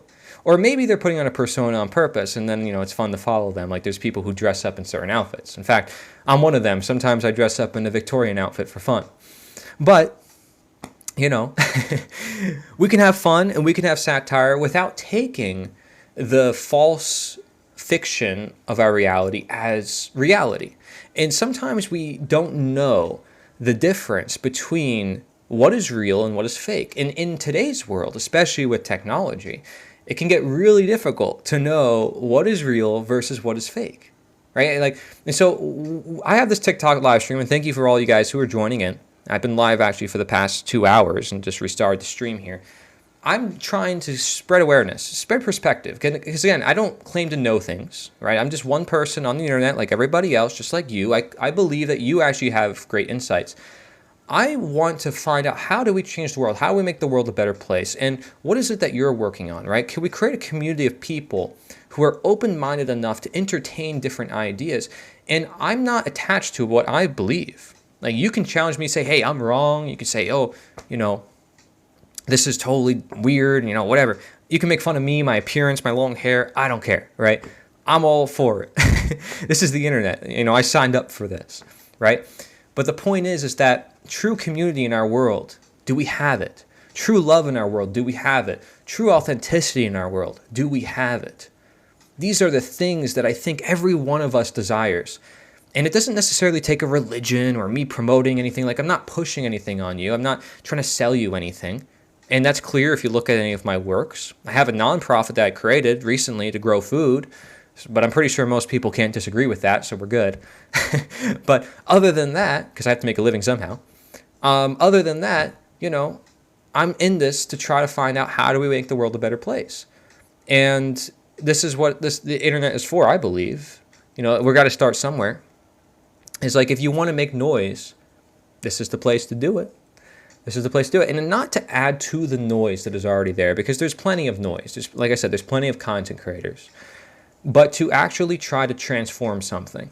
So like, I'm growing food, I'm actively demonstrating projects. I'm not just talking about the problems of the world. So when I have back here, stop scrolling, escape the matrix, I'm not just saying to escape the matrix and that, oh my gosh, everything that you were taught, you've been lied to, etc. Although many people may want to go there, and you may even agree with that. What I am saying is that you are naturally free, that you have infinite value, that you have so much potential. And I'm not saying that so I can have you buy a book or sell you a course or anything like that. I'm saying that because you live in a world of inauthenticity. You live in a world where people don't know themselves, and it's okay. We all are on different paths. You may even question yourself, what is it that I'm doing? What is it I could do better? And that's something I'm always working to do more of myself, right? So it just starts with that base level honesty, like, hey, this is who I am. This is what I'm doing. So hopefully you guys appreciate that. I see you all joining in the chat. What's up? What's going on? We got a lot of cool people. Nasimi, Starwolf, Manny, Modman, Josh, Nobe, Mark, Heiner, Costi, sounds like Costco, like the grocery store. Kimberly Jones, Bob Doodle. If Doodle's your last name, that's pretty cool. I'll be honest with you. Shauna, welcome to the chat. Let It Crust, that's kind of suspicious of a name, I'll be honest. Gyat, that's quite a name we got there. I feel like that TV show where they're naming all the names of the people in the classroom. We got Mr. Worldwide, literally that's his name, Mr. Worldwide. We got Pitbull in the chat, apparently. Yo, if Pitbull, you're here, what's going on? Escape the Matrix. But let's see, I'm going to read some comments here on YouTube. It would be great to chat to Cory about common law and how it emplaces the people through a jury. We just talked about a lot of that. There's different ideas of how to make the world a better place. And guys, we have a lot of fun on my stream. We don't take things too serious. Like, yes, it's serious. We got to make the world a better place, and the world is crazy, and we're stuck in the matrix, and we're all scrolling on social media, and we're all trying to survive. Like, we're all in the same boat, generally speaking. And by the way, it's very late where I am. I'm in Florida, United States. So I don't know where you guys are tuning in from. If you want to let me know, feel free. But no matter where we are in the world, I'm pretty sure a lot of us agree that things got to change, right? And I believe that it's not going to come through politicians. It's not going to come from any new religion or existing group. It's going to come from people challenging themselves and going more inward, or really questioning what's going on in their world. And simply by having this conversation, simply by intending to change things, I believe that a lot can change on its own. There's this idea that if you have that intent and you want to make the world a better place, eventually you'll meet other people. And that's exactly what's happened to me. So I'm very fortunate to run into people like this guy in the chat, Daryl, on YouTube, who's always super cool, and he grows food. His whole house, like his whole roof of his house is literally just like food forest. And I don't know if you guys ever learned about food forest. You guys are joining on the TikTok chat here, but food forests can literally revolutionize our world. So imagine if every park, every prison, every school, every church grew food instead of lawns. Lawns, yes, grass, I know, grass, literally was created by royalty. Look this up for yourself. You don't have to agree with everything I say. And ever since then, we have lawns, grass, as a status of royalty, of wealth. But guess what? We have food insecurity across America. By the way, we say there's a first world nation. How come we're not growing food? How come we aren't in school learning how to preserve, can, grow food? Like, how come basic things like trauma, inner work, shadow work, psychology, we're not taught that in school? I mean, just a question, guys, tell me. Oh, it's too complicated. Oh, it's not. It's like, I don't get it. Why aren't we learning the things that are timeless and universal? Daryl was like, thanks for the shout out. I just woke up. Yeah, well, listen, I woke you up. I was sending a message to you telepathically. I was like, Daryl, you got to wake up right now. Cory's live. You got to watch the live stream. Grass just grows down south here. Yeah, well, the thing is that they make artificial grass on purpose. And people in HOA neighborhoods, which is homeowners associations, they have grass and they're not growing any food and they're poisoning that grass. And then the poisons go into the water supply. And then people wonder where the lightning bugs go. And they're wondering why the environment is degrading. Now, let's bring this a step further, right? If every church, every prison, every school, every park grew food instead of lawns, we wouldn't have disease or poverty or any of the big problems that people are complaining about. Many people are also worried about AI data centers. Guess what?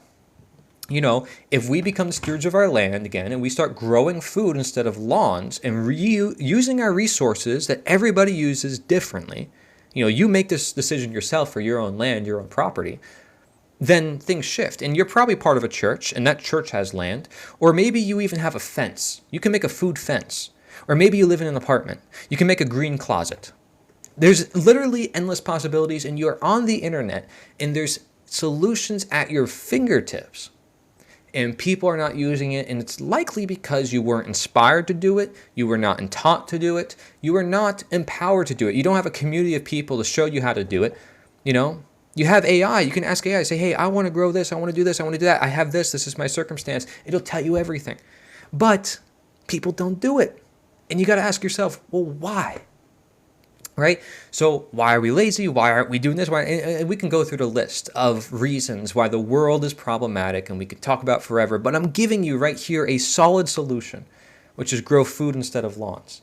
If we just did that one thing, everything would dramatically change. Now, there's many other things too. But that's just one.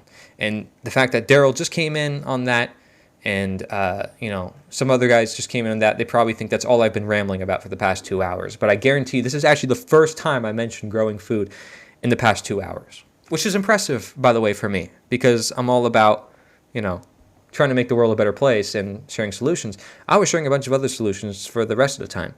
And these are all things that the algorithm doesn't show you because negativity gets more views. I mean, the truth is that most people are watching things that are attention grabbing. And nowadays, it's all just AI generated too, so you don't even know what's real, right? So we're up against quite a storm here where negative press gets more attention. People aren't going to be into solutions, or they think that if they are solutions, someone's going to get some money out of it. And, these solutions take away power from all the institutions. Once you start growing food, you don't rely on the grocery store. You don't even need money. You have your own form of bartering. It changes everything. It creates a local economy, builds community. It gets you in the soil. It's basically a free therapist. I mean, come on, guys. It's something that nobody can disagree with. There's nothing this unifying in the world. Tell me if there is. Tell me, please. Biodiversity is essential. And that's right. And the same thing with ideas, which is why I encourage people to question me and share different ideas here, because if we have people that just agree with me all the time, that first of all, that'd be no fun. And I'd be a sterile content creator and be all planned and scripted, and that's no fun, right? Our humanity is what we're missing. That's what people yearn for. That's why with all the AI and all the algorithms, people want humanity. They want community. They want nature. They're looking for it. They may not even think that they need it or want that, right? And they might think, oh my gosh, nature is chaotic and there's bugs and I'm going to get bit and all this. But when push comes to shove, and when the Terminator robotic invasion is on its way, which seems to be more and more every single day, people are going to be wanting that.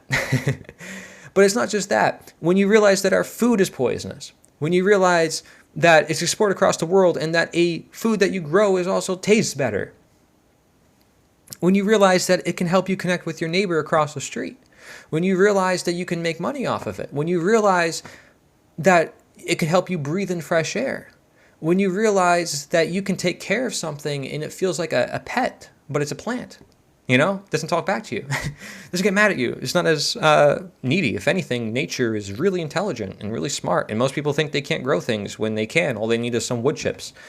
Most people don't know that. Most people think, oh, if I just have to put it in the ground. I get a plant, put it in the ground. It's like, I'm pretty sure it doesn't work like that. It's like, well, I expect it to grow, It's like, you can't just expect the plant to grow. Plants, just like human beings, they require care, right? Stewardship. What happened to this idea of stewardship, of caring for the world and the land? Now, I don't want to sound like a green, activist, environmental, probably look like a hippie with the hair too. But for those of you who are watching who want to explore different ideas, that's what I'm all about. And so please make fun of me. I don't care. That's cool. It's all part of the show. Is to have fun with this, because we can get really serious really quickly, and that's not good for our dopamine. It's not good for our health.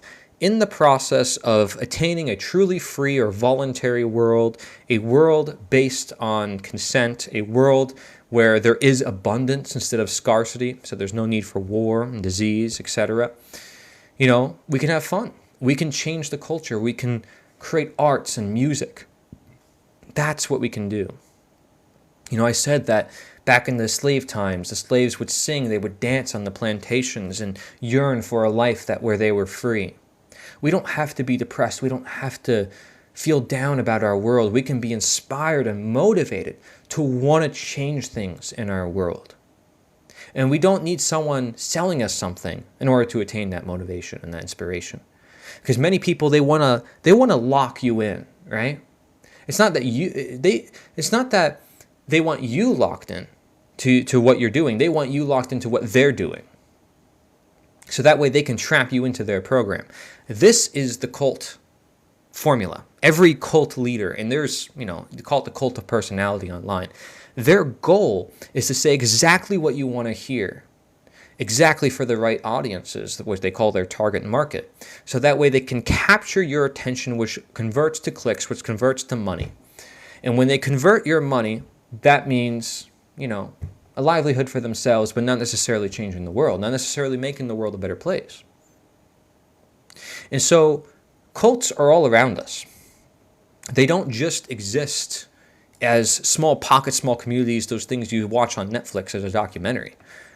Cults happen in politics, in religion, in sports, in celebrities, and all the things that people follow, but they may not want to question. And I'm going to lose a lot of people saying that because it's comfortable and it's fun. And hey, I just said we can have fun while wanting to be inspired, while wanting to help the world. Non-evil goddess. That's funny. I know who goddess is. Some of you guys probably don't know who that is. But he's like a guy who eats raw meat online, which is crazy. Well, not crazy, because I actually do the same thing. I don't know if that's why you're calling me that, but it's crazy according to modern day people. It's one of the things that, if you're here, escape the matrix, stop scrolling. If you're here, it's a sign. But, there are many things in our world we can talk about, and food is one of them. And we cook a lot of our food. And throughout the ages, if you look at the tribes and you look at the people who are very close to the earth, there's a lot of people who eat raw meat. There's a lot of people who do these practices that by many, they'd be like, that's disgusting, that's horrible, why would I ever do that? And surprisingly, it's actually healing a lot of people. I mean, and again, there are sensationalist people online who just follow trends, who do things. But not a lot of people know, but he attacked his, I know about that. That whole situation with goat, I looked into that, pretty crazy. There's whole documentaries about him now about that. But it's cool that people can discern the message from the messenger. Like we were talking about that too, because when we're talking about cults, which again are all around us, places that we don't want to recognize, cults are precisely dangerous because you can't tell when you're in one. That's what makes them dangerous. And so the biggest cult that there is government. Ooh, bombshell. That's a hard one. And I mean all government. I don't mean this one, that one, this master, this law, blah, blah, blah, whatever piece of paper we write, whatever outfit we wear, whatever title we wear. That's all made up. And frankly, this was created as a system to control people. And it's been like that for the past 6,000 years. And I know that sounds crazy because you're like, well, without that system, how do you have order and how do you protect the rights of people? And I totally respect that view. But when you understand that these systems have never protected people, and that they're created precisely to trap people's emotions and to get them to support them so that way they can manipulate them, then you see it differently. And when you see it like a cult, what cults do is they promise you good things. They pull you in because you believe in those good things. And wholeheartedly, even the cult leaders invested in the good thing. But it still ends up being very toxic and very bad. And by the way, a cult is just a toxic relationship. So if any of you guys have been in relationships where they've gotten quite toxic, you would understand this. It's like you get pulled in, sucked in, you don't know how to get yourself out. But once you get yourself out, then it's freeing, even though there's a lot of resistance. And it's the same thing, by the way, with addictions. It's the same thing with overcoming a lot of trauma. These patterns are exacerbated and even contribute to each other. In fact, even the cults in our world, the mainstream ones, sports, religions, governments, etc., they all support each other. Because if you're in a church, they're not going to challenge the government. They're going to say, well, God is the ruler of our universe, as long as you don't challenge the government. Well, the sports team, it's a great distraction. But, and it's fun and entertaining. And I think it's nothing, sports is probably not nearly on the scale of everything else I'm talking about. But people worship certain players as if they're gods, among men. And like literally, there are books about sports players. And there are religions created off of sports players. And it's a real thing. And they say, well, they're not like other religions because I can actually relate to it, because I know this player and I see him and he actually does good for the country and he actually unites people because it's a sport. Everything I say can be used as a justification to create a new cult. In fact, if you understand all the cults well enough, you can create the best cult, the most effective one to control everybody the most. So you know what the most effective cult would be? I'll tell you what it is. It's a perfect, limited government that is for the people, by the people. And the reason why is because the people believe they are in power. The people believe that their vote matters. The people believe that they are in control. Again, this is going to offend a lot of people. Some people I'm going to lose here. But that is cult psychology. Whether you want to deny it or not, whether you believe your government is created for protection or not, that is cult psychology. That's what they do. They prey on you, and it's funny we use the word prey like we do in religion, but they prey on you for your desires and your traumas and your weaknesses, and then they take that out of you. Oh, you want healthcare? You're in poverty? I'll protect you. I'll give this to you. We're the government. Oh, you're feeling this way? God will save you. Take this book, right? That's their in. Their in is your down.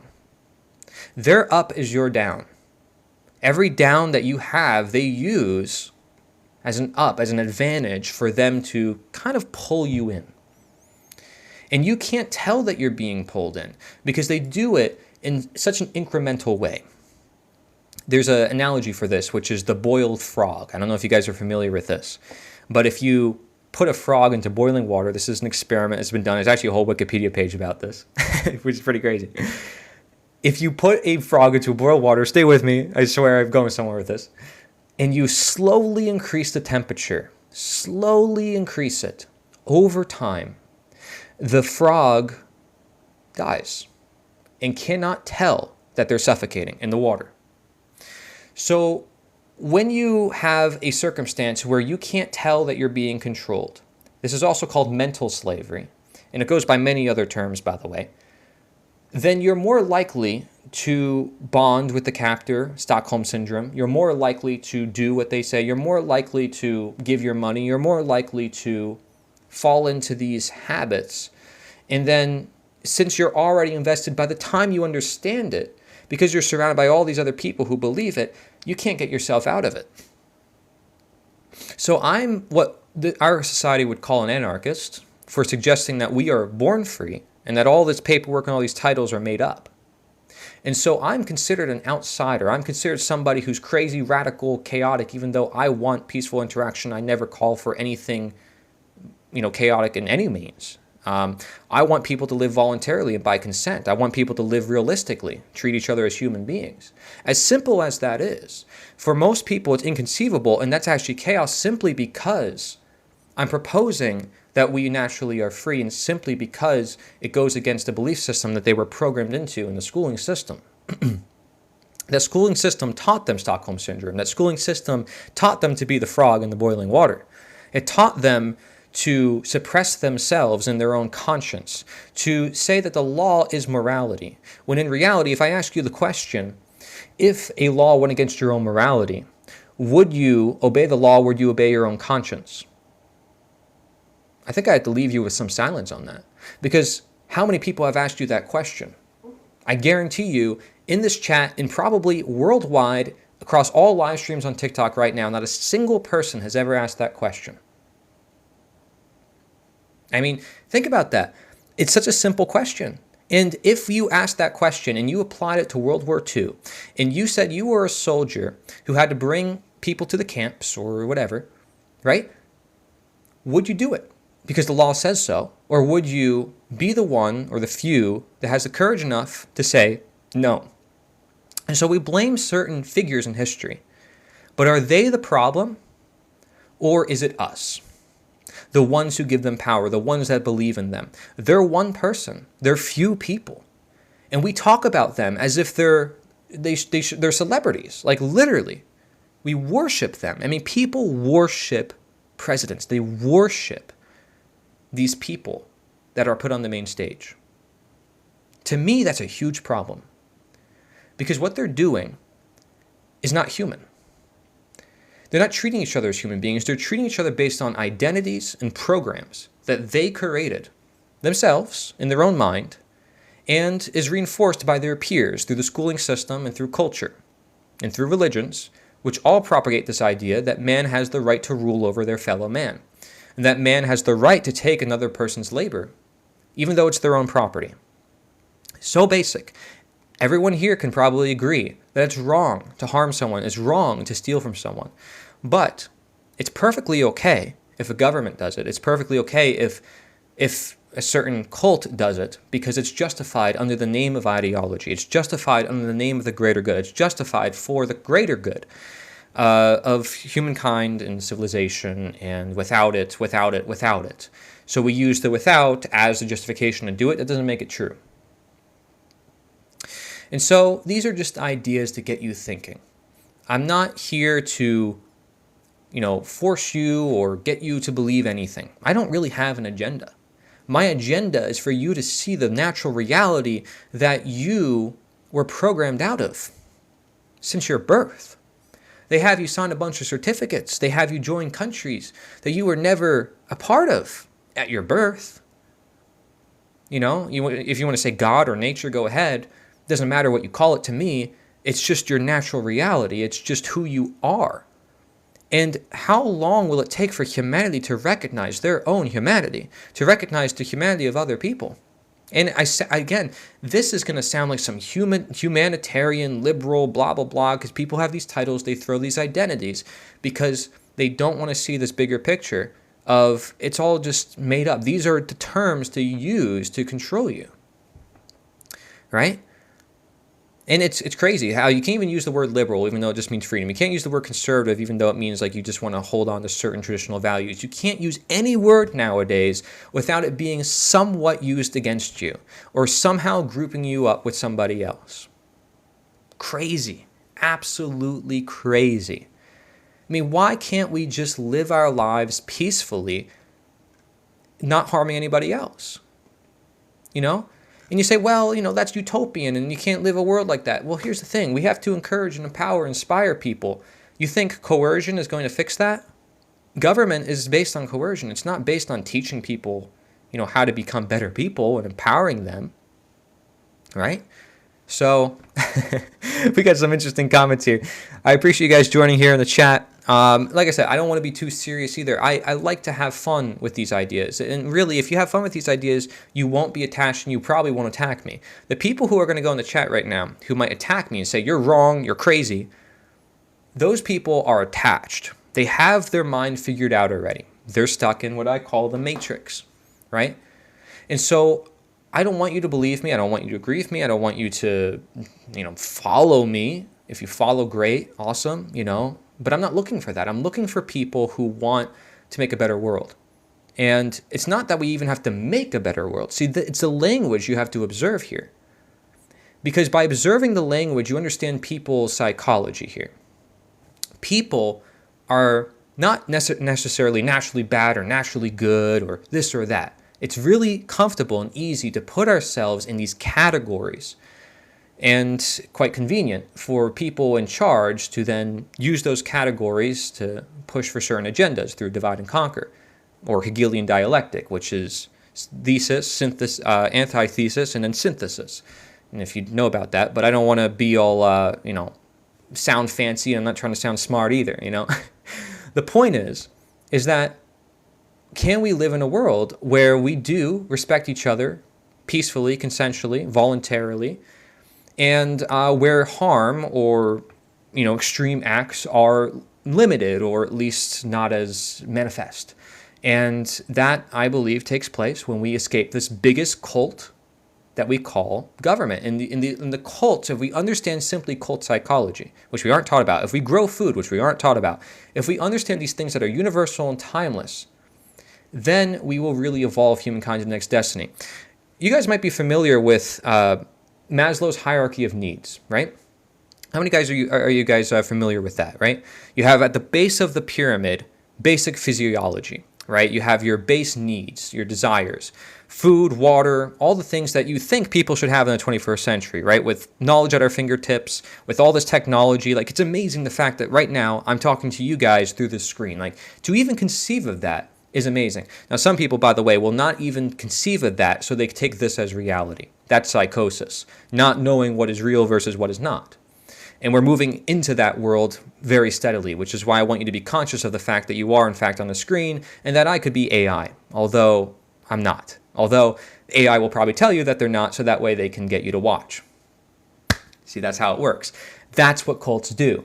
Cults trick you. They trap you. They say, well, I'm not this, or I am this, but in reality they're not, or they're using that as a projection for something they want to be, and then eventually they create that, and then they say, oh, look, well, there's proof it works.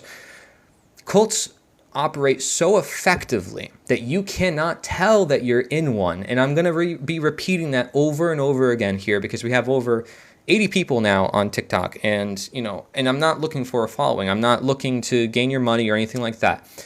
I want to share this message because not many people will talk about this. And I guarantee, again, how many people on TikTok are sharing this message? I don't think they are.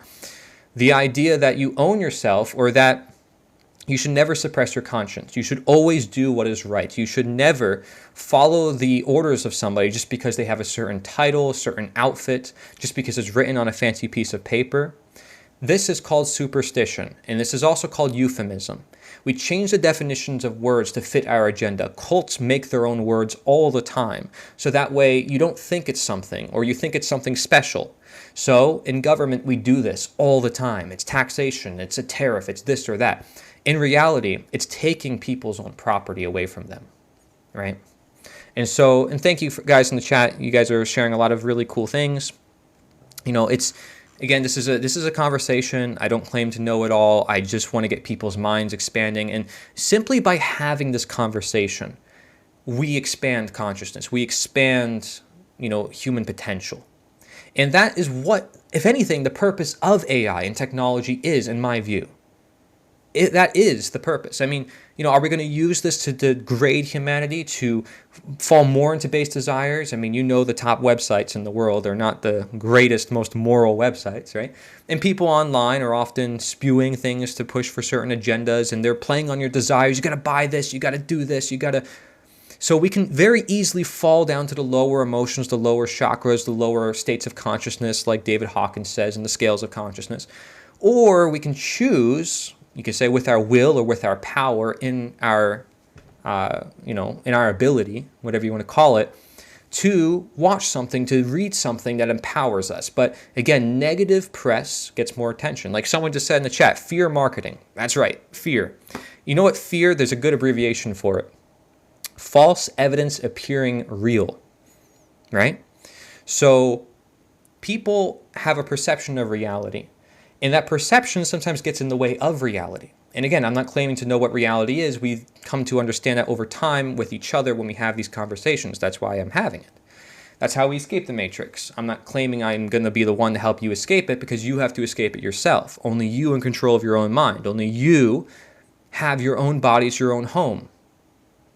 And so taking that into our own hands, because literally it's the only hands we got, we can't have other people's hands, means self-ownership.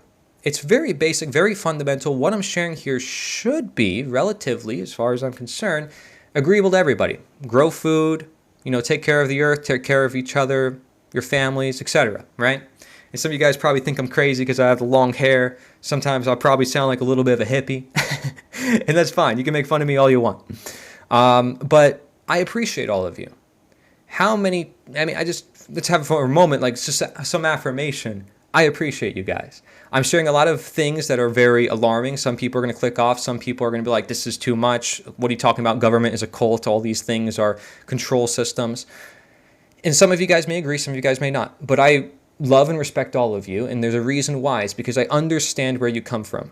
And I may not know who you are, but we all are at different places at different times. And I can understand if you disagree with me, probably because you are thinking on your own right now and you're like, this guy's crazy. And so I can understand why you would say that, because our world, again, traps you into these boxes. It's like, if he says one thing, he must think this. Oh, he doesn't like government, so he must be an anarchist. He must be crazy, right? So I can understand that if you're saying that. Now, I do hope that you have an open mind to what I have to share with you. But someone just said, just got here, are you an ex-cult member or a current cult member? Well, see, this is the question we all must ask ourselves. This isn't a question for me. What I said that makes cults the most dangerous is that you cannot tell that you're in one. So if I say I'm not a cult member, how do I really know? See, this is the precise trick in our world. We think that we're free. We think that we gave consent to the government. We think that, they're there to protect our rights. We think that America, for instance, was instituted for a limited government. But what has history shown? History has shown that there were governments that lasted for nearly 1,000 years, like ones in China. Amazing. And America is not even 300 years old, and they think they're the best country on earth. History shows us that people worship Caesar as though he was this god among men who can save us from all the world's ills. And then when he was assassinated by his best friends who said that, he was corrupt, people mourned. People were in tears. When these leaders of these tyrannical countries died, people were in tears. They mourned. They viewed them as gods. And they had such an emotional attachment to these people as if they were part of their family. And that's what cults do. They give you an extended family, especially if you don't have a family of your own. They say, you belong here. So what I'm doing here, when I say I love you guys, it's because I want you to understand the psychology, so that way you're not manipulated by anybody, including me. I don't want you to follow me. I don't want to manipulate you. And the only way I can get you to not be manipulated is for you to understand the psychology yourself. Because you will manipulate yourself into a cult. It's not me who does it. It's not the leader who does it. It's you yourself.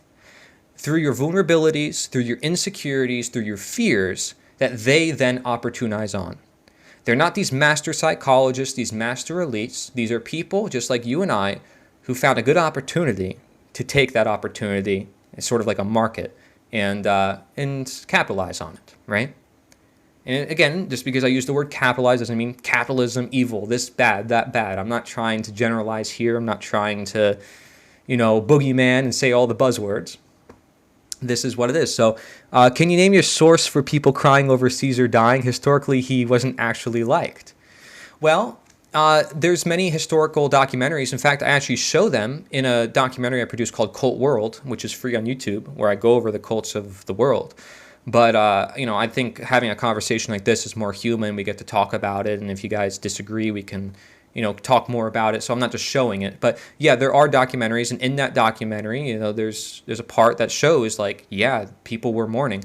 But to say that nobody was, this is an empire that expanded across the whole world. How would it have so much influence across the world if not anybody was invested into it emotionally to some extent, right? There had to be a lot of investment into this empire if it spanned that much across the world. And so, yes, your fears are played on, all your emotions, but it's not just your fear, it's love. I mean, it's these emotions all relate to each other. All these cults, they all support or interact with each other. So that's why you can't have the religions challenge the governments. They have to either work with it or they work against it, and they have to make a choice. And back in the 1800s, when the churches were pro-slavery, the abolitionists came and said, well, the churches should be anti-slavery. And then once that changed, everything changed, right? Because now you have this big, powerful institution, the church, challenging this other big, powerful institution, the government. And so if we want to change things in this world, we do have to change the culture, which changes the current institutions. And one thing I suggest, one thing I shared before, was growing food. So if every church, every prison, every school, every park grew food instead of lawns, that can create a big shift. And that's just one action. And of course, civil disobedience in any form is the action. Saying no to immorality or saying no to an action that shouldn't be done. And how do we know that? By inspiring, empowering people with solutions that are right there, obvious in front of us, that we cannot disagree with. I mean, can anybody here disagree with growing food? Anybody? I'm looking in the chat. Anybody here? The government doesn't have to care about your emotions as long as base desires are met.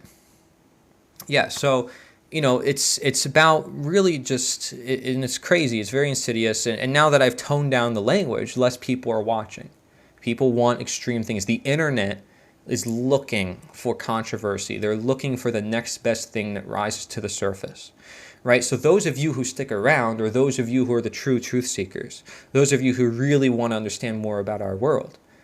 But the people who fall out are the people who, they can't tolerate what they hear, or they're just ready to get distracted by something else. And so I appreciate you guys for being here, because the true ones show over time. But bear in mind, disclaimer, a cult expert can say that to gain your trust, to get your following. So everything I say can be used against me or used against someone else if they don't have the right intentions. I can say my intentions are true, but you can only take my word on it. So I can tell you, like, hey, I'm not in this for money, I'm in it to better the world, but you can only trust me on that. You can't know for a fact, because you're not me and you don't know me and all that. I mean, that's why the internet is so deceiving, especially. And by the way, all the cult experts are talking about how the internet is like the perfect breeding ground for cults, because they can basically recruit people without knocking on doors, without anything of that. And now the algorithm is basically the ultimate, cult leader, because anything that you want, it traps you down like a certain echo chamber. So you watch one video and then you're recommended like 1,000 other videos of the same type. And now you're only being exposed to a certain amount of information. And now you don't see all this other information because it's not in your periphery anymore. It's not in your view. So you basically put yourself into a cult just through the algorithms that you use on social media. But yes, the government is the biggest one, and that's the one that's the most controversial, and that's the one that's probably going to drive down the views on this, because it's a very dangerous one, and it's one that I don't think the social media platforms will ever want to really get big, unfortunately. That's just how it goes. I wish that wasn't the case. I really do.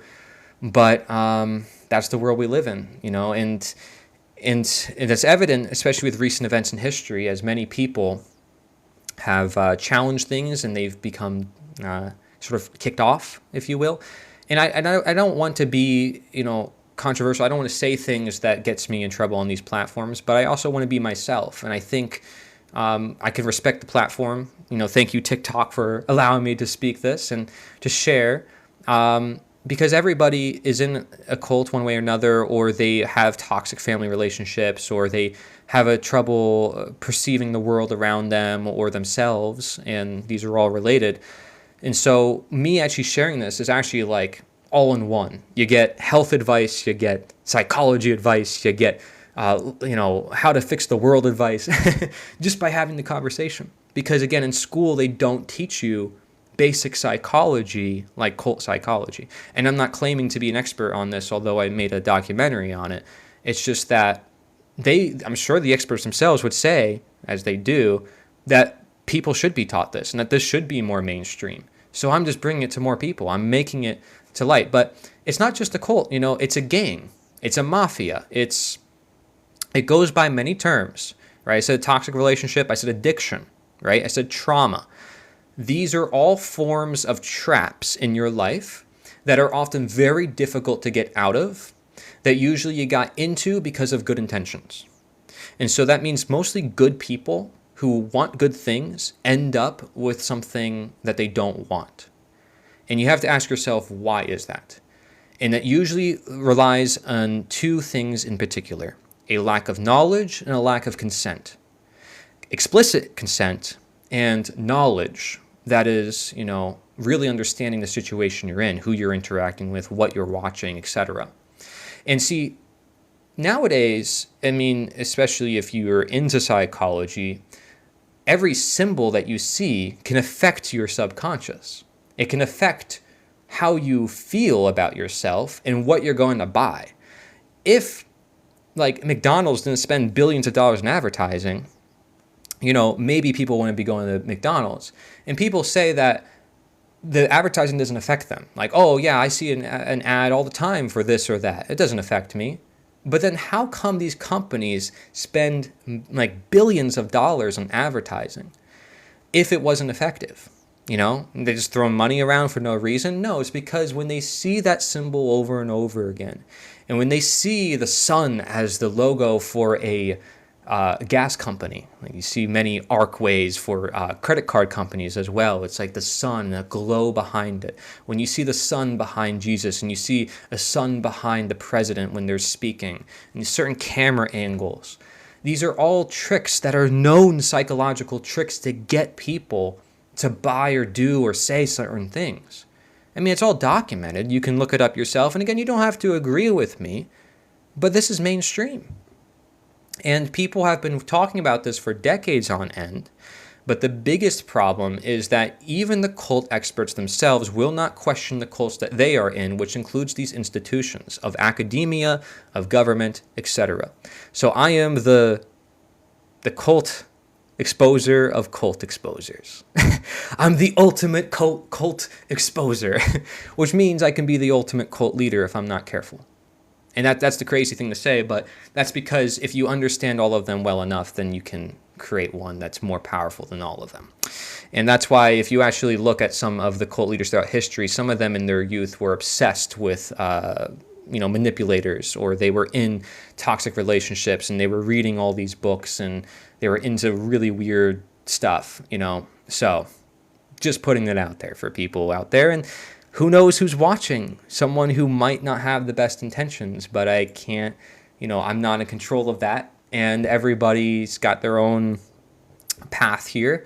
And so I can only focus on, what I can do to better my own life and make sure I'm on the right track in regards to what I see to be true, and not get attached. Because the minute I get attached and I start saying, this is the way, this is the world. Let's say, okay, let's give it a good example, right? Let's say I say all this stuff about cults, and I become a huge influencer online, which I don't really want to be, but, great. If I do, awesome to share these ideas. All right. And I have like hundreds of thousands of followers, and all these people believe in me because of all the things I said for most of my career, most of the influences, right?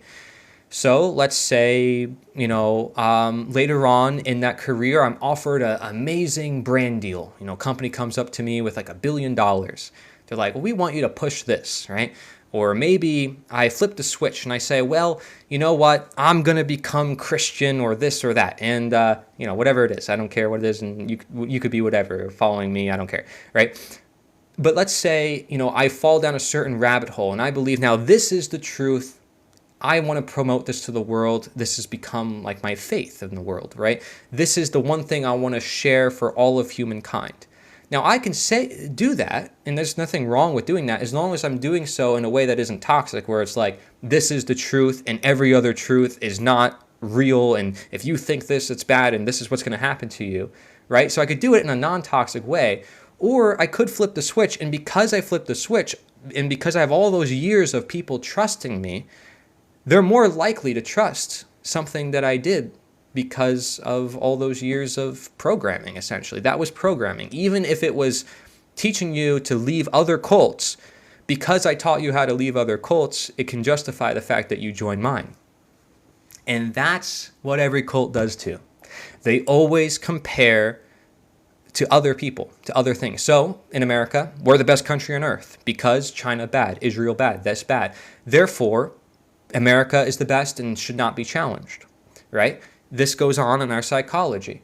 Oh, government is necessary because without which it would be chaos and anarchy, etc. That's another program. And you may believe that. You may strongly believe that because you were taught that through the Prussian model of schooling and all this stuff, right? And people repeating it in culture. But have you ever genuinely tell me, have you ever actually sat and questioned that? Have you ever said, is that really true? Have you actually read any books from people who disagree with that? And if you tell me you haven't, then it's like, you might be in one. You might be in a cult, especially if it's promoting coercion. Well, what does every government do? Every law is backed by violence, and that's, so if you believe that and you haven't explored the other view, that could be quite dangerous, especially if you think your country is the best and you can justify going overseas and hurting people across the world that you don't know, that you worship Trump or Biden or any of these people as though they're godlike because they're, saving the world or saving some countries that are of a certain mindset. We can say there's a transition to that better world, but it's like this quote I shared before in my live stream. Buddha is attributed to the Buddha, but you have to start and then go all the way with the truth. If you don't start, then you never really can grasp onto it, right? And if you don't go all the way, then you're not really grasping onto it. So, that is the truth. It doesn't wait on anybody, and it's hard, it's cold, right? And it hits you in the face. Like if you're not in love with somebody, or if a food is not really for you, you start to learn over time, and eventually it builds up and you get cancer, you have these diseases. It's like nature and life is giving you lessons and is giving you warnings. You often ignore those warnings, but over time, you eventually learn the lesson, right? And you can call that karma, you can call that natural law or consequentialism or whatever you want to call it. But the point is that it's all a learning process. Life is about learning. And sometimes we learn those lessons through awareness and other times through experience when we get hurt. It's unfortunate because I don't want people to get hurt. I don't want people to get hurt. I want to minimize the harm as much as possible, which is precisely why I'm a voluntarist, which is the only title that I'll use because I don't use titles, which means I want a voluntary world, which is a world without government by definition. But, for people who think that's extreme, my question is, have you explored it? There's a great book called The Most Dangerous Superstition by Larkin Rose. And if you're into reading or you listen to audiobooks, it's a fantastic one that goes into the psychology of the belief system of authority. And if there's a great psychology experiment called the Stanley Milgram experiment, where they took average people and they saw what they would do to their fellow man. And they were surprised to see 90% obedient rate. These cool things popping up in my head. And so it was amazed to see that people would do immoral actions just because someone told them to do so. And by the way, we have a cop in the chat. I respect you. I respect everybody here, regardless of who they are. But, you're just like a human being like everyone else. You have the same rights. And so it's not the costume or, whatever that gives you more rights than anyone else. We're all free here. We have a great conversation. Yeah, what do you think about what I'm sharing so far, Mr. Scott? Glad to have you here. And yeah, you see, I'm open to that. And I have nothing against people who want to protect others, who want to do good in the world. Someone asked what the book is called. I'll put it in the chat for you guys. Most Dangerous Superstition. I think it's a really good read for people who are new to these ideas. But, there's a lot out there that we aren't taught, and growing food, as basic as that is, you'd think we learned that, especially in the 21st century with all this technology and stuff. Crazy. Scott, so what, you're thinking I can like bring you on the stream or something? I think there's a way I could do that. Open your line so I can call you. That might be interesting. I know I didn't read a lot of comments here, so I'm sorry, you guys, if I'm catching up. But it was really cool to see some momentum here in the chat and to also share these perspectives. And thank you for everybody having an open mind to what I have to share. I really appreciate that. Yeah, desires, basic necessities. Yeah, I get what you're saying. Y'all probably don't like him because he hasn't said Trump 15 times per minute. Yeah, people like buzzwords. They like to hear what they want to hear, right?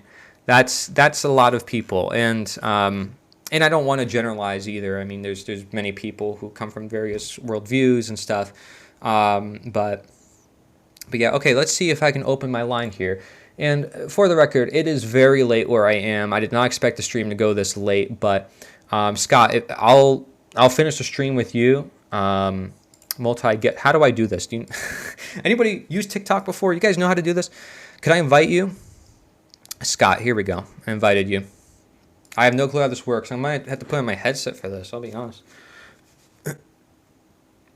Oh boy, that might be difficult, dude. All right, everybody on YouTube, go to my TikTok. All right. Yes, I hear you.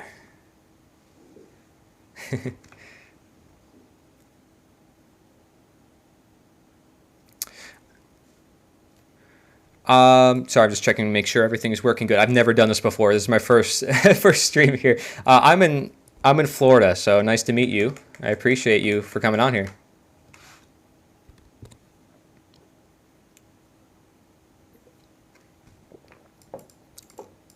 You know, we can agree to disagree, but we can also be friends as we talk. Yeah, absolutely. Absolutely. I'd like to hear more about why you disagree with the government and the things you don't like about the government, basically. Okay. And when you start that, just know that I'm not a huge fan of the government either, so I'm probably more on your side than you would believe, but I'd like to hear your perspective, yeah. Yeah, all good. I think, at least the majority of people I meet, they're not a huge fan of the government or a lot of institutions, corporations, big, powerful systems as a whole. And I think most people would agree that we need to like decentralize or make things more community-based, and that police, or at least their role, is supposed to protect the people and protect rights. I've even interviewed veterans and police officers who go many years in their life on my YouTube channel, Cory, Nature is the Answer, and I talk with them about that. There's a good friend of mine, Daniel Arnold, who said that he escaped the cult of enslavers. That's what he calls it. Now, that might seem like rather extreme language to some. And someone just asked if I use mushrooms. I don't. I may look like I do, but I swear I don't. But the point is, I thank you for caring about it. If you are a police officer, thank you if you're in that line of work and you want to protect people's rights and you do care about those ideas. First of all, I just want to say that. And where I come from is a rather, philosophical, historical, anthropology approach. And I mentioned a lot of psychology with the cults stuff as well, where I'm looking at the history and the foundations of all governments and how they operate upon a human population. And I see what they do throughout history, and I see what happens over time as well with every one of them and how they manifest. So I wrote a book called Slavery Gone for Good, Black Book Edition, where I actually found hidden texts in the back of libraries that were from American abolitionists in the 1800s. And a lot of them shared that there's different forms of slavery, and chattel slavery was just one form. And even Leo Tolstoy, who's known as one of the greatest writers of all time, wrote a book toward the end of his life called The Slavery of Our Times. And in that book, he argues that government is slavery, and he says that verbatim. But it's not just him. You have George Fitzhugh, who's the leading pro-slavery advocate in the 1800s, who basically said government is slavery. And then the abolitionists, who were basically the anti-slavery people, also said the same thing. People like Lysander Spooner, William Lloyd Garrison, who basically led the charge and had a newspaper called The Liberator, with its motto, our country is the world, our countrymen are all mankind. Now, I don't want to sound political here because this isn't political. It's more so recognizing who we truly are. The abolitionists were going against a practice that was existent for thousands of years. They were saying that we can live without it, which for many people was, whoa, what are you talking about? That's crazy. That's chaos. Like without slavery, who would pick the cotton? Who will do this? Who will do that? Right? And so people say the same things about government, coincidentally. And if you go back to the very first form of systemic slavery and look this up in any search engine, any AI, it is ancient Mesopotamia or ancient Sumeria, around 6,000 years ago. It's also, coincidentally, the first form of systemic government, or any government that we can account for, civilization. The first written laws, the Code of Hammurabi, and the Code of Ur-Nammu. And, sorry, TikTok wants me to do a verification. All of a sudden, thinks I'm inactive. So, okay. Well, I'm listening to you, brother. Like, okay. I got you. But yeah, I come from a foundation where this is the system by its nature, and then how it operates psychologically. You know, politics has always been designed, or at least what we see, for deception, right? And so people like to think of it like, oh, it's there to protect us, it's based on consent, but that's not real consent because you're born out of the womb, and there's this presumption that you gave consent. But you never did. You know, you're just born in outside this world like, oh, I live in this country, so I must be an American. I must be this or that. I want people to just treat each other as human beings. And part of that is understanding the rules.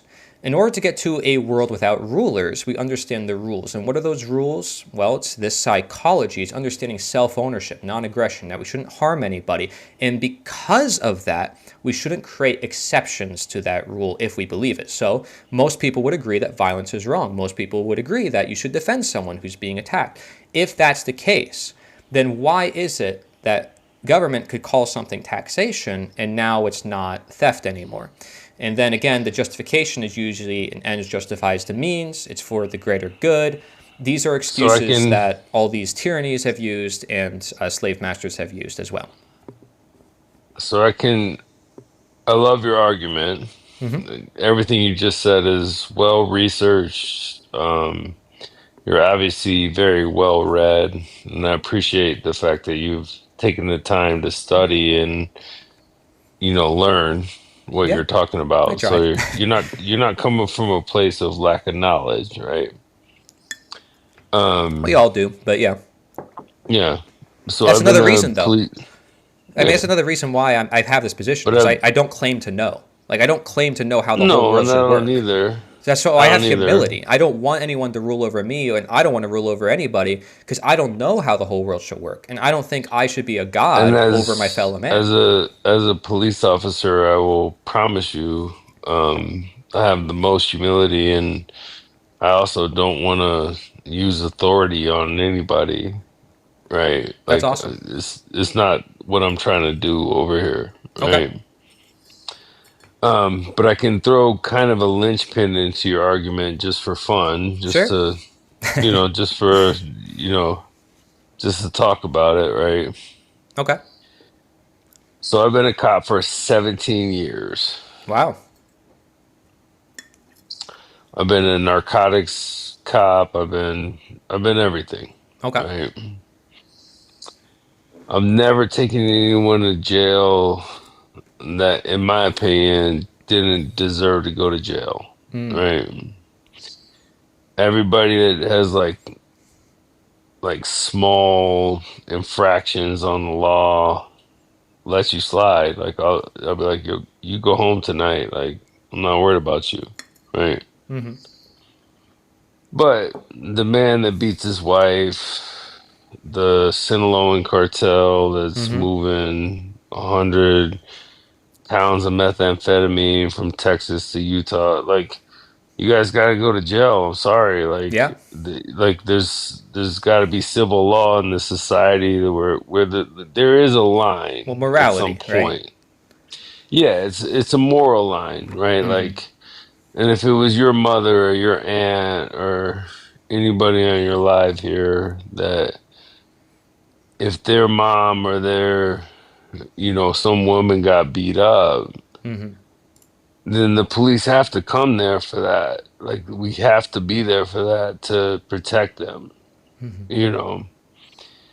And I think the reason people hate police, the reason that they don't like us, is because there's police officers that take people to jail for like dumb shit. Like they take people to jail for like really dumbass shit, like a joint in a car, like whatever you're doing. You know, that's like minor, like just nothing going Right. on. Like you don't gotta go to jail for that. You Yeah. know, but you gotta understand, like they don't hire like cops are like construction workers basically. Like they don't ask us for degrees. Like we're not like scientists. We're not like, you know, there's a lot of guys working these jobs that are basically like the same guy that would be like landscaping your yard That's would right. be like a cop, you know.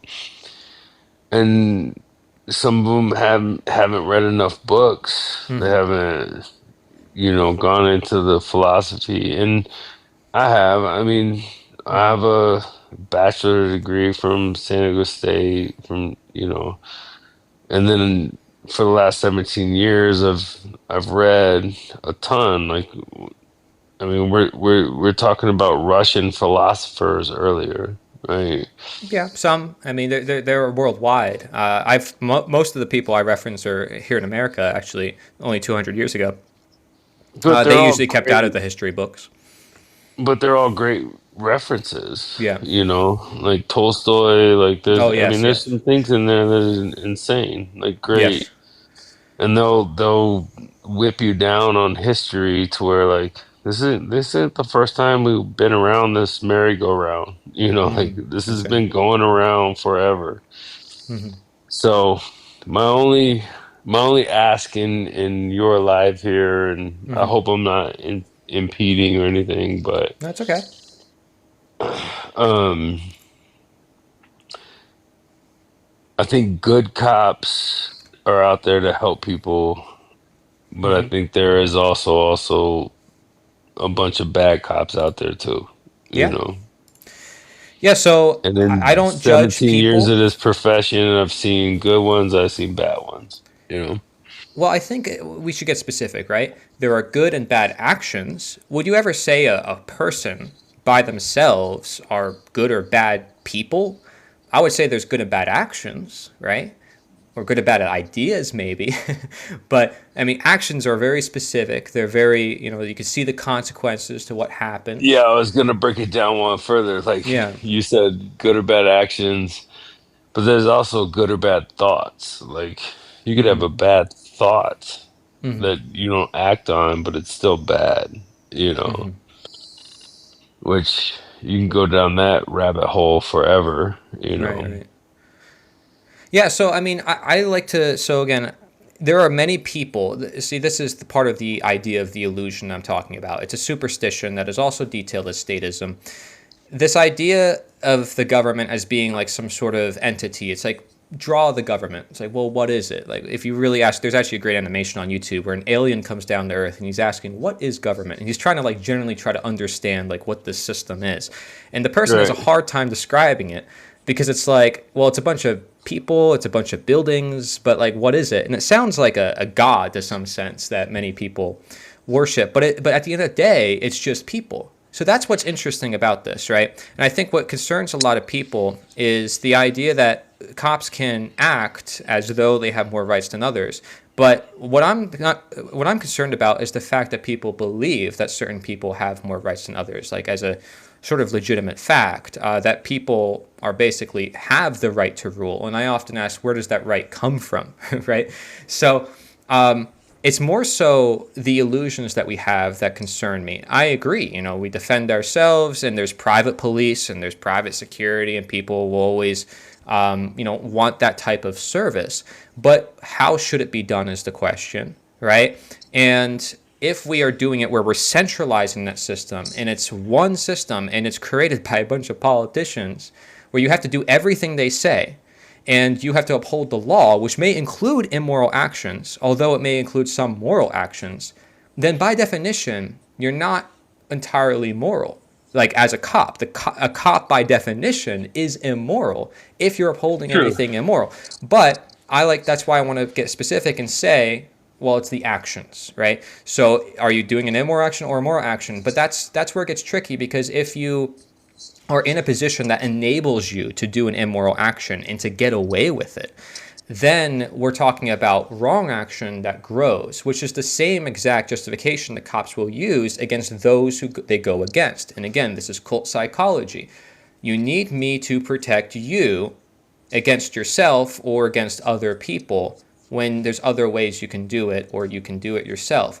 It's a disempowering mentality if you break it down. But hey, you as a cop, like, you're not doing anything wrong if you understand the actions you're taking. Like, if within your 17 years, maybe you did some things you regret, and everybody does things they regret, and that's understandable, and you're human, and you're going to make mistakes, right? But just understand, and this is something I talk about with cops, and I go on the street and I go live streams and I talk to them in the street. I say, you're still a human being. If the law went against your morality, would you obey the law, or would you obey your conscience? So that's my question for you, is if there ever came a time where you did have to do something that was immoral, would you stand on your conscience, or would you disobey the law? Now, if you don't want to share that through the internet, you don't have to, but it's also No, a sign I'll that, share it with you. I'll okay, share it with you easily. sure. You know, um, 17 years on this job. Um, I've been moral throughout. I have absolutely held my ground, and I've actually had people criticize me Hmm. for being too lenient on the public. They're like, "Oh, Scotty, you let everybody go." Like, and the thing is I do let a lot of people go, because I'm like, I was a kid when I was 16. I had a joint in my car when I was 16 years old, Hmm. And it's like, if it's just some weed, if it's just this, if it's just a little thing, like, hey man, and So, I'll like, talk with victimless them and be like, crimes. the Victimless. victim of this crimes. Right. They're like, nobody got hurt, But let's right? say your police department orders you to do something. Like, let's say someone's growing a plant, in their house, and they believe they're doing it for medicinal purposes, and it's for their own body, which They is their own slide, they property. slide. They're good. I was a narcotics, so You've and never been I'll put in and a I'll give it. situation where you've had to enforce a victimless crime? I'll give you my exact department and everything, just so you know I'm true. Wow. Well, that's You cool. know, yeah. So I live in Utah. I live in Layton City, Utah, which is like a little bit north of Salt Lake City. I live in Davis County.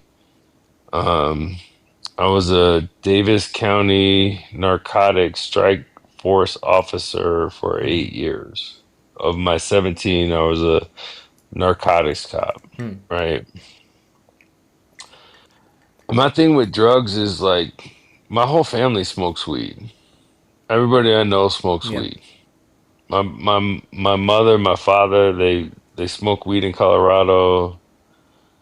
Um, my wife's parents smoke Yeah, I mean, I'm not weed. just talking about weed either. Like, here in Florida, it's illegal to drink raw milk. It's only for pet consumption. In Pennsylvania, you can't collect rainwater, and Right. you also, like. Yeah. But what about licenses and permits? So let's say you see someone selling lemonade on Capitol grounds, right? So there was a movement called Liberation Lemonade, and I thought it was funny because of how simple it was.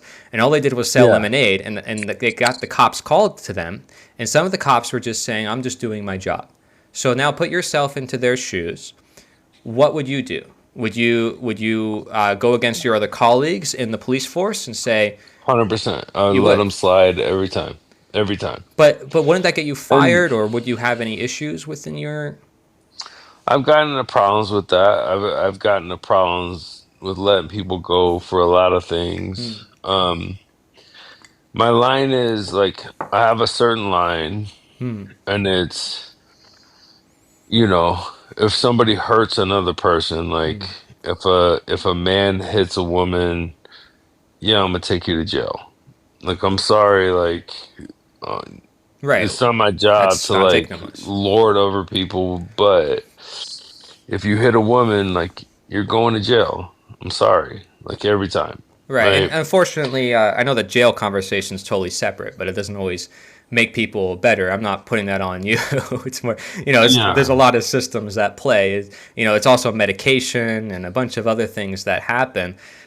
for sure. So it's like I know people generalize and they say, get rid of the police and this or that. Like I'm not saying anything like that, but technically, I mean, in a way I am, but in a way that is understanding, hopefully that you would understand, I want it to be voluntary. I want there to be decentralized police. So, for instance, I guess another question for you would be like, do you need an outfit to enforce morality? Do you need to be in a certain No, thing? Right. no, Okay.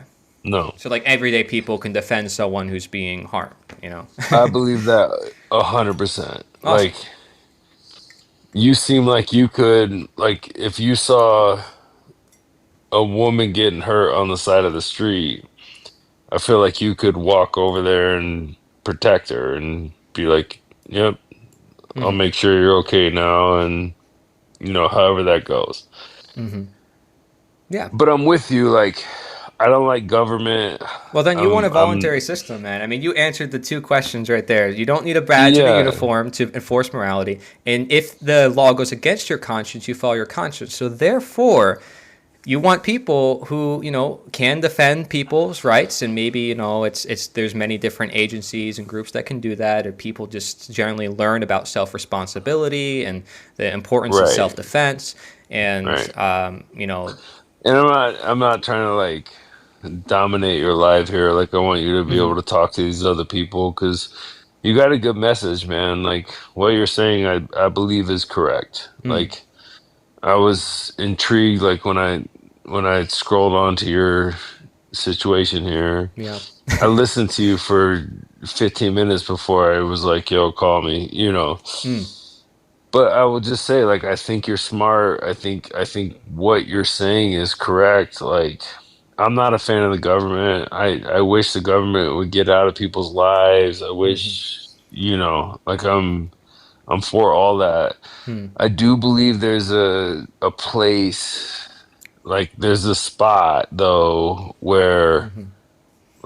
like there's a reason like people call 911, right? Yes, of Like there's a course. Absolutely. reason like there's like an emergency line, And you should. right? And if it was decentralized, I believe the police would be there quicker, people would be more vigilant, people would pay more Yeah. attention to their And I environment. think the cops should just be for that. Like Yeah. just like, hey, there's something critical going down here.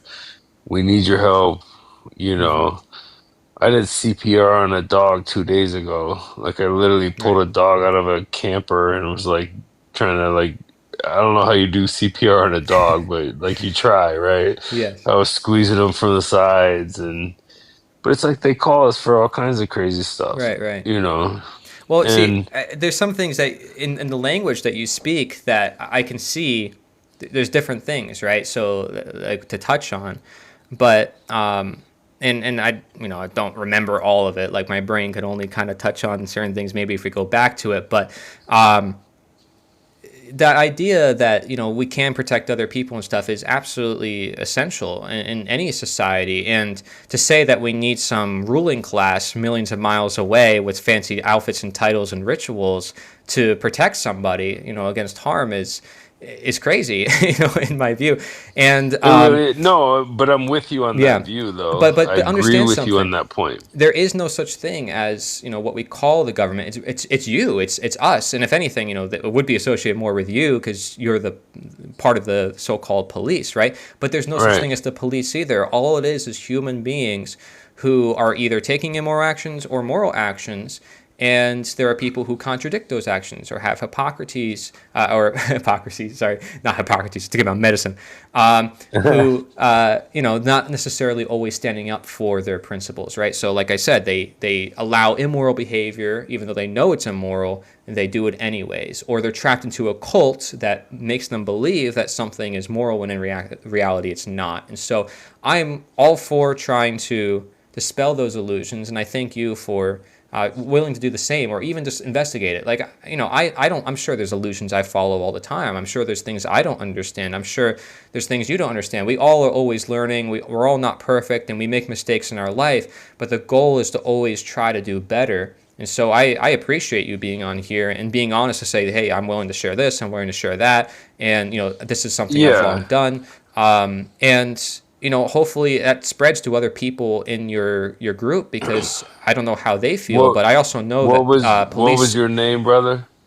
Cory Endrulat. Corey. Okay. But also, I hope it spreads to the community as well, as many police, as I am aware of, like they have a lot of relationship problems, and there's a lot of dominance issues that can arise being in that line of work. And I know that line of work can sometimes be very pressuring, and I wish it didn't have to be. So that's why I Oh, think I've that's why had I think alcohol issues my whole life, you know. yeah, if we evolved all of the human consciousness, and this might sound a little strange, but if, like Abraham Maslow says, if we evolve human consciousness as a whole to understand self-responsibility and self-defense, cops will become less necessary, because the everyday person will become the cop. You see, average people will become the governors, the teachers, the doctors, as they don't need dependence on those systems, because they are now self-reliant.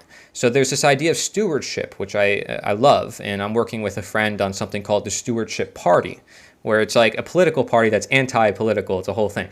I can share that in a future live stream. But the idea is to steward the land, to care for the earth, care for the people. And it's not like an environmental thing either. It's just to say, like, this is what it's about. And a lot of us can't disagree, about growing food, feeding people, protecting others. It's these details that they got us in this game. And I'm telling you, it goes back 6,000 years ago, where they justified slavery by calling it protection, by saying they're necessary. And, if you look at the origins of modern day policing, it goes back to the slave patrols too. And a lot of the badges were just shifted. So a lot of these systems, they may not be necessary, although the actions within them may be necessary. And I think so. It's kind of like we mix the messenger with the message, or, whatever you want to call it. Yeah. We sometimes just say all police are bad, or all this are bad. Like, I never am the type to say that. I look at human beings. I only look at human beings. I don't look at the police. I don't look at a party. I don't look at a president. I look at people as people. And I think if we did that more as a human civilization, then we'd be operating in reality. And then overall, we wouldn't be worrying about a lot of the problems. There's natural chaos. There's natural problems. That's just the world. That's just reality. And, we would be operating off of that. So people may call me utopian for suggesting that, which is the ironic part, because I'm literally just saying that we're all human beings. So that's what's crazy. It's a pretty awesome message. And I hope your message reaches more people. Like, I hope you get 10 million followers, because what you're saying is um, correct, in my opinion. Well, I respect Right? you, man. I mean, listen, not just because you're agreeing with me, but because you're very respectful in this conversation too. So thank Well, you and for having I've this. gone, well, I've gone back. You said 6,000 years ago, but I've read the Jewish texts, Hmm. the Old Testament, the New Testament. My my grandma's from Selma, Alabama, right? Hmm. She's 101 years old. She's still alive, Wow, which is wild, that's amazing. right? But she has pictures from her house in Selma, Alabama, where there's literal slaves on a porch, Hmm. right? Wow. Which is tough. It's like, I don't want to know that like my family like owned a slave, but I don't Hmm. know if they owned them or if they were just like how, I have no idea. Hmm. Yeah. All I know is human life is so precious that nobody can own another person. I know that, Right. you Right. know. But I'm my age. I live in Utah now, and like I've never done any of that shit. But it's kind of violent, like when you think about it, you know. Yeah. Yeah. It's crazy And what we put up with through the centuries, and we don't realize that we're doing it. That's and you that's try the to say dangerous thing. sorry for like the past or whatever, you No, know. yeah, you can't do that. Especially if you didn't live in that time. I know people are like tearing down monuments, all this stuff, and you can't undo the past. I mean, if Well, like anything, it's I a didn't do learning. any of that, right? Like I Yeah. didn't do any of that stuff, Well, think about it, right? right? I mean, how many movies and TV shows have cops and police in it? And I think it'll be like anything else. And what I'm saying, I think, is inevitable for people and their conscience to get to, just like how we ended slavery, where it was once so ingrained in the culture that no one could believe any world without it. that, there'll be a time where people can say, yeah, there was this institution that we had that was called police, but now it's people who are police in a different way. It's they're Right. and there's still police, but we might call it something So like not militia or not like an interrogation, but you mind if I ask you a couple questions in a series? Would you be okay with that? I'm sorry, manufacturer. What was it? So it's not like a police interrogation, but I'm gonna ask you like a couple questions in a series Oh just to yeah, I kind mean, of. I'm sure there'll be many methods, and they'll actually compete in a market of ideas of like which one would actually work better. Because right now, So it's you have a I'm gonna centralized ask you police. a I'm gonna Yeah. ask you a couple questions like in a row and just roll with me. You ready? Oh, okay. You're actually going to interrogate. Go ahead, sure. Well, I don't mean to interrogate you, but I'm just gonna ask you a couple Sure. questions. And I'm going to probably, I'll be honest, sorry for everybody watching, but I'll probably end soon because it is really late where I am. No, But I I got like you. doing this, so it was good Yeah. time and good conversation. So go So ahead. you're in California, or No, where Florida. is your? Oh no, you said that earlier. So Yes. you're in Florida. Okay. Yeah, so it's way late there. Yeah. It's it's 4:46 in the morning out there. Yeah. Don't remind me. Yeah. Okay. Second question. What's your degree in? Do you have a degree from a college or a No. I'm an integrative nutrition health coach, but I'm mostly self-taught. Half public, half cyber school, and the whole schooling history goes back to the Prussian model of education.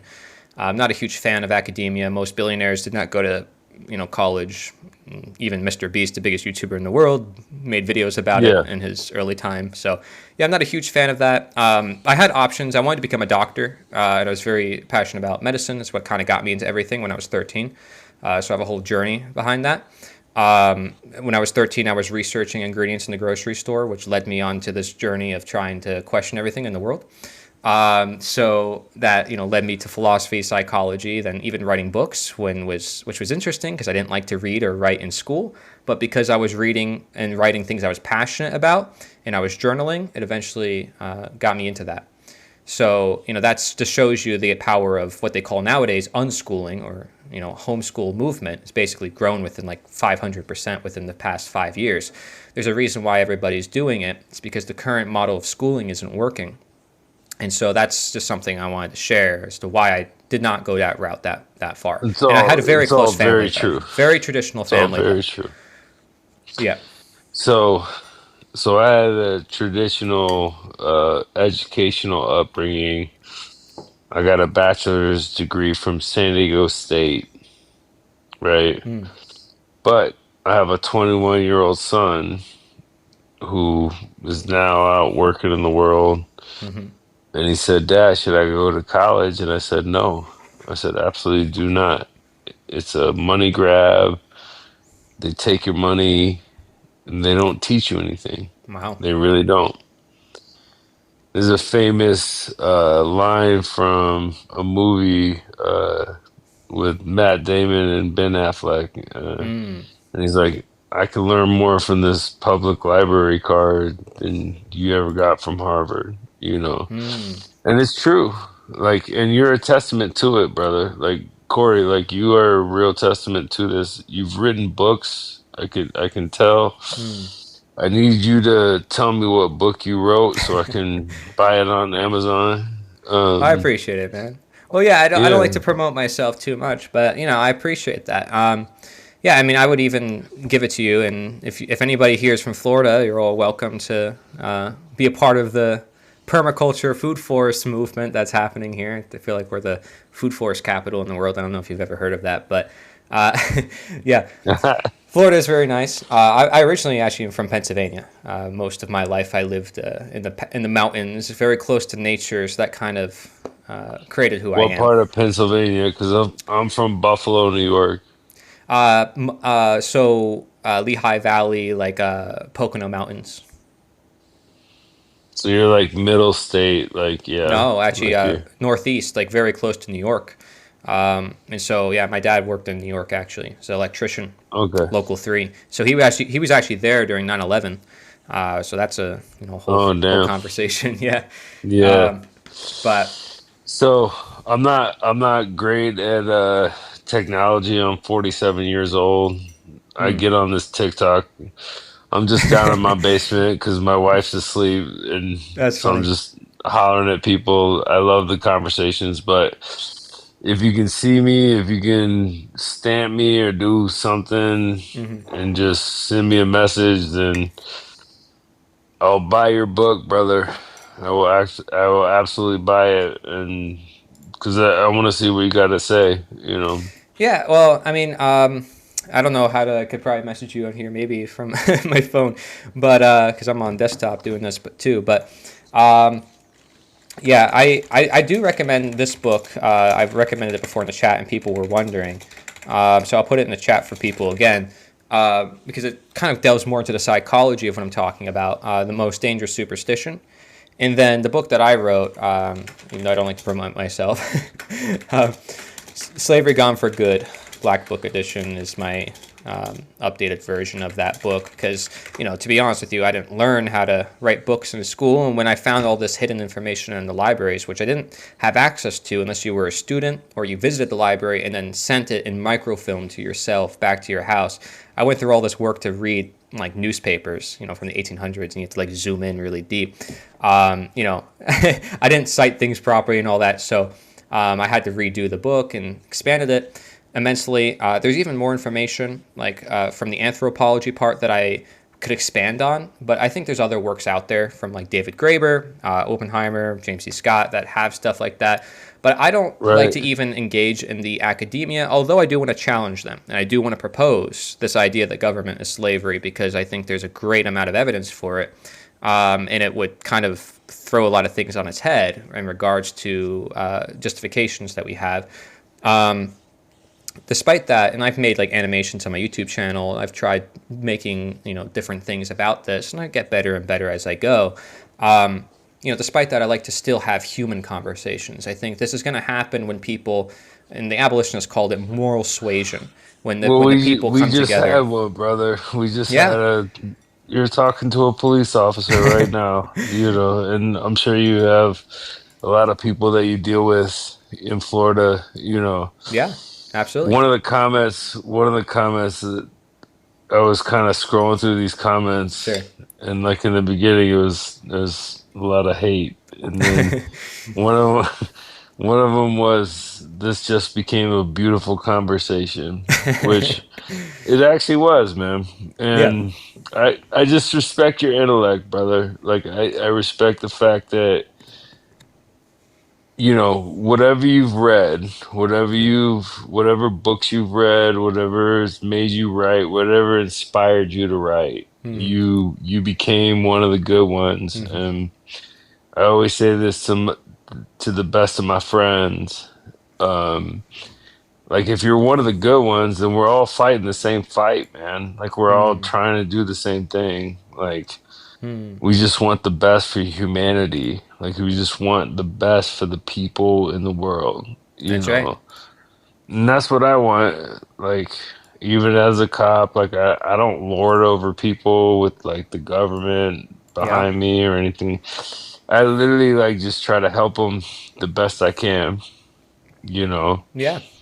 Well, that's awesome. Yeah, everybody should, I think, do that. I mean, if we care about our world and what's going on, especially, I think more people will, or at least in my view, should pay more attention to what's going on, especially as we feel it through our health and through the effects of what we're receiving. So I'm actually trying to build a community center from the ground up on 5 acres here in Florida, and the fastest growing city in all of America. So I created a nonprofit and all this stuff, which I didn't learn in school how to do that either.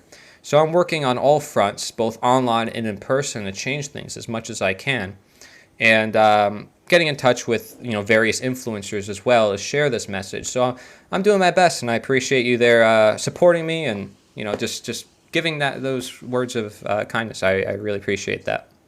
I absolutely think you're one of the good ones, brother. And I'm gonna stop dominating your online thing here. Like you It's were all like, I good. don't know how to turn people onto the phone, but we did it Yeah. tonight, so it was good. Well, you're my first I guest, and hope, I think that's awesome, man.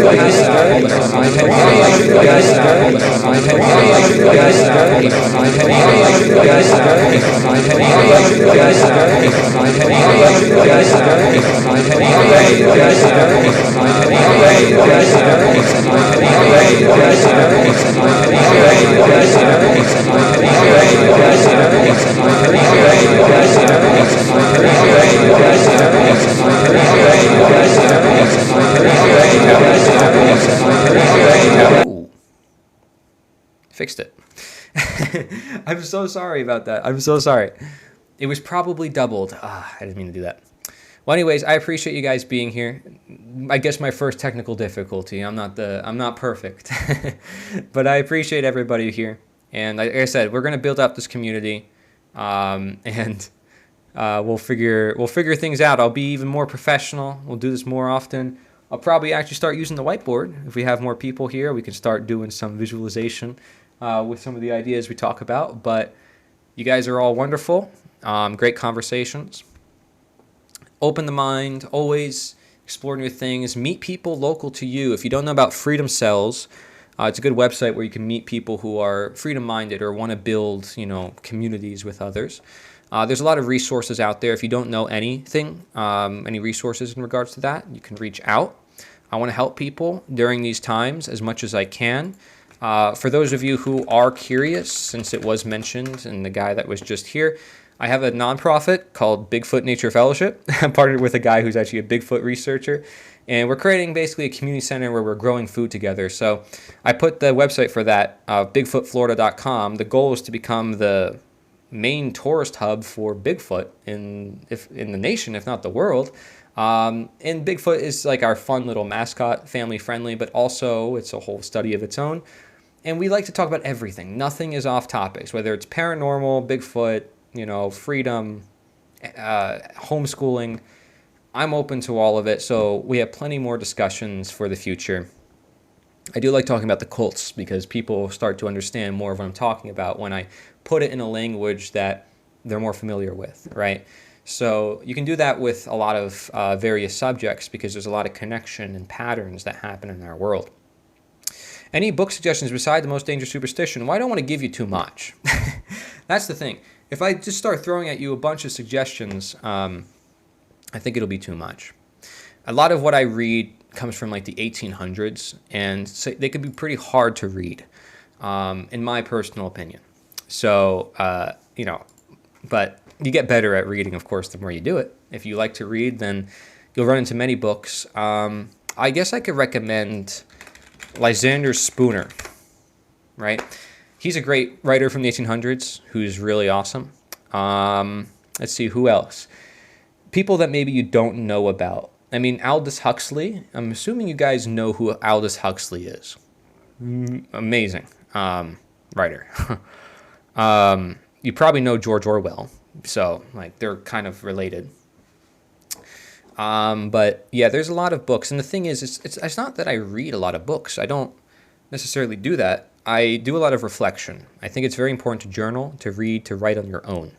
So it's something I really promote, and it's because I'm all about nature and trying to do what is most natural. So instead of following other people's ideas, I encourage that you try to get a picture of the world for yourself while learning from other people as inspiration. So anyways, I know some of you guys may still be joining into the live stream here, but I'm going to be going, and I'm very sorry about that. But I really appreciate everybody. Take care. Cory Nature is the Answer on YouTube. And here's actually all my links. This goes to all my links. So you guys can join whatever works for you, whatever platform. There's everything. Trying to convince peers of foreign lack of a better word. Yeah. Voluntarism is a great word to explore. I'll put that in the chat. I think Mark Passio, his natural law seminar, if you like to watch something, if you don't like to read, it's very good. It's a good perspective to learn. So I would say Mark Passio, Larkin Rose, Derek Bros, probably my top 3 recommendations in regards to writers, researchers, stuff like that. Let's see, what is it that you linked to me? I don't know what that is. I got to check that out. But anyways, I appreciate it, you all. Take care. Adios. Nice wig. It's not a wig. It's not a wig. How do I have to prove that?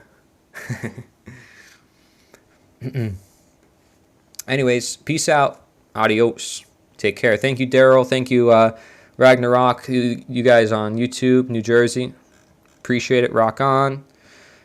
Sweet Prince. You guys are funny. Peace out. Girl Scout. In the hood.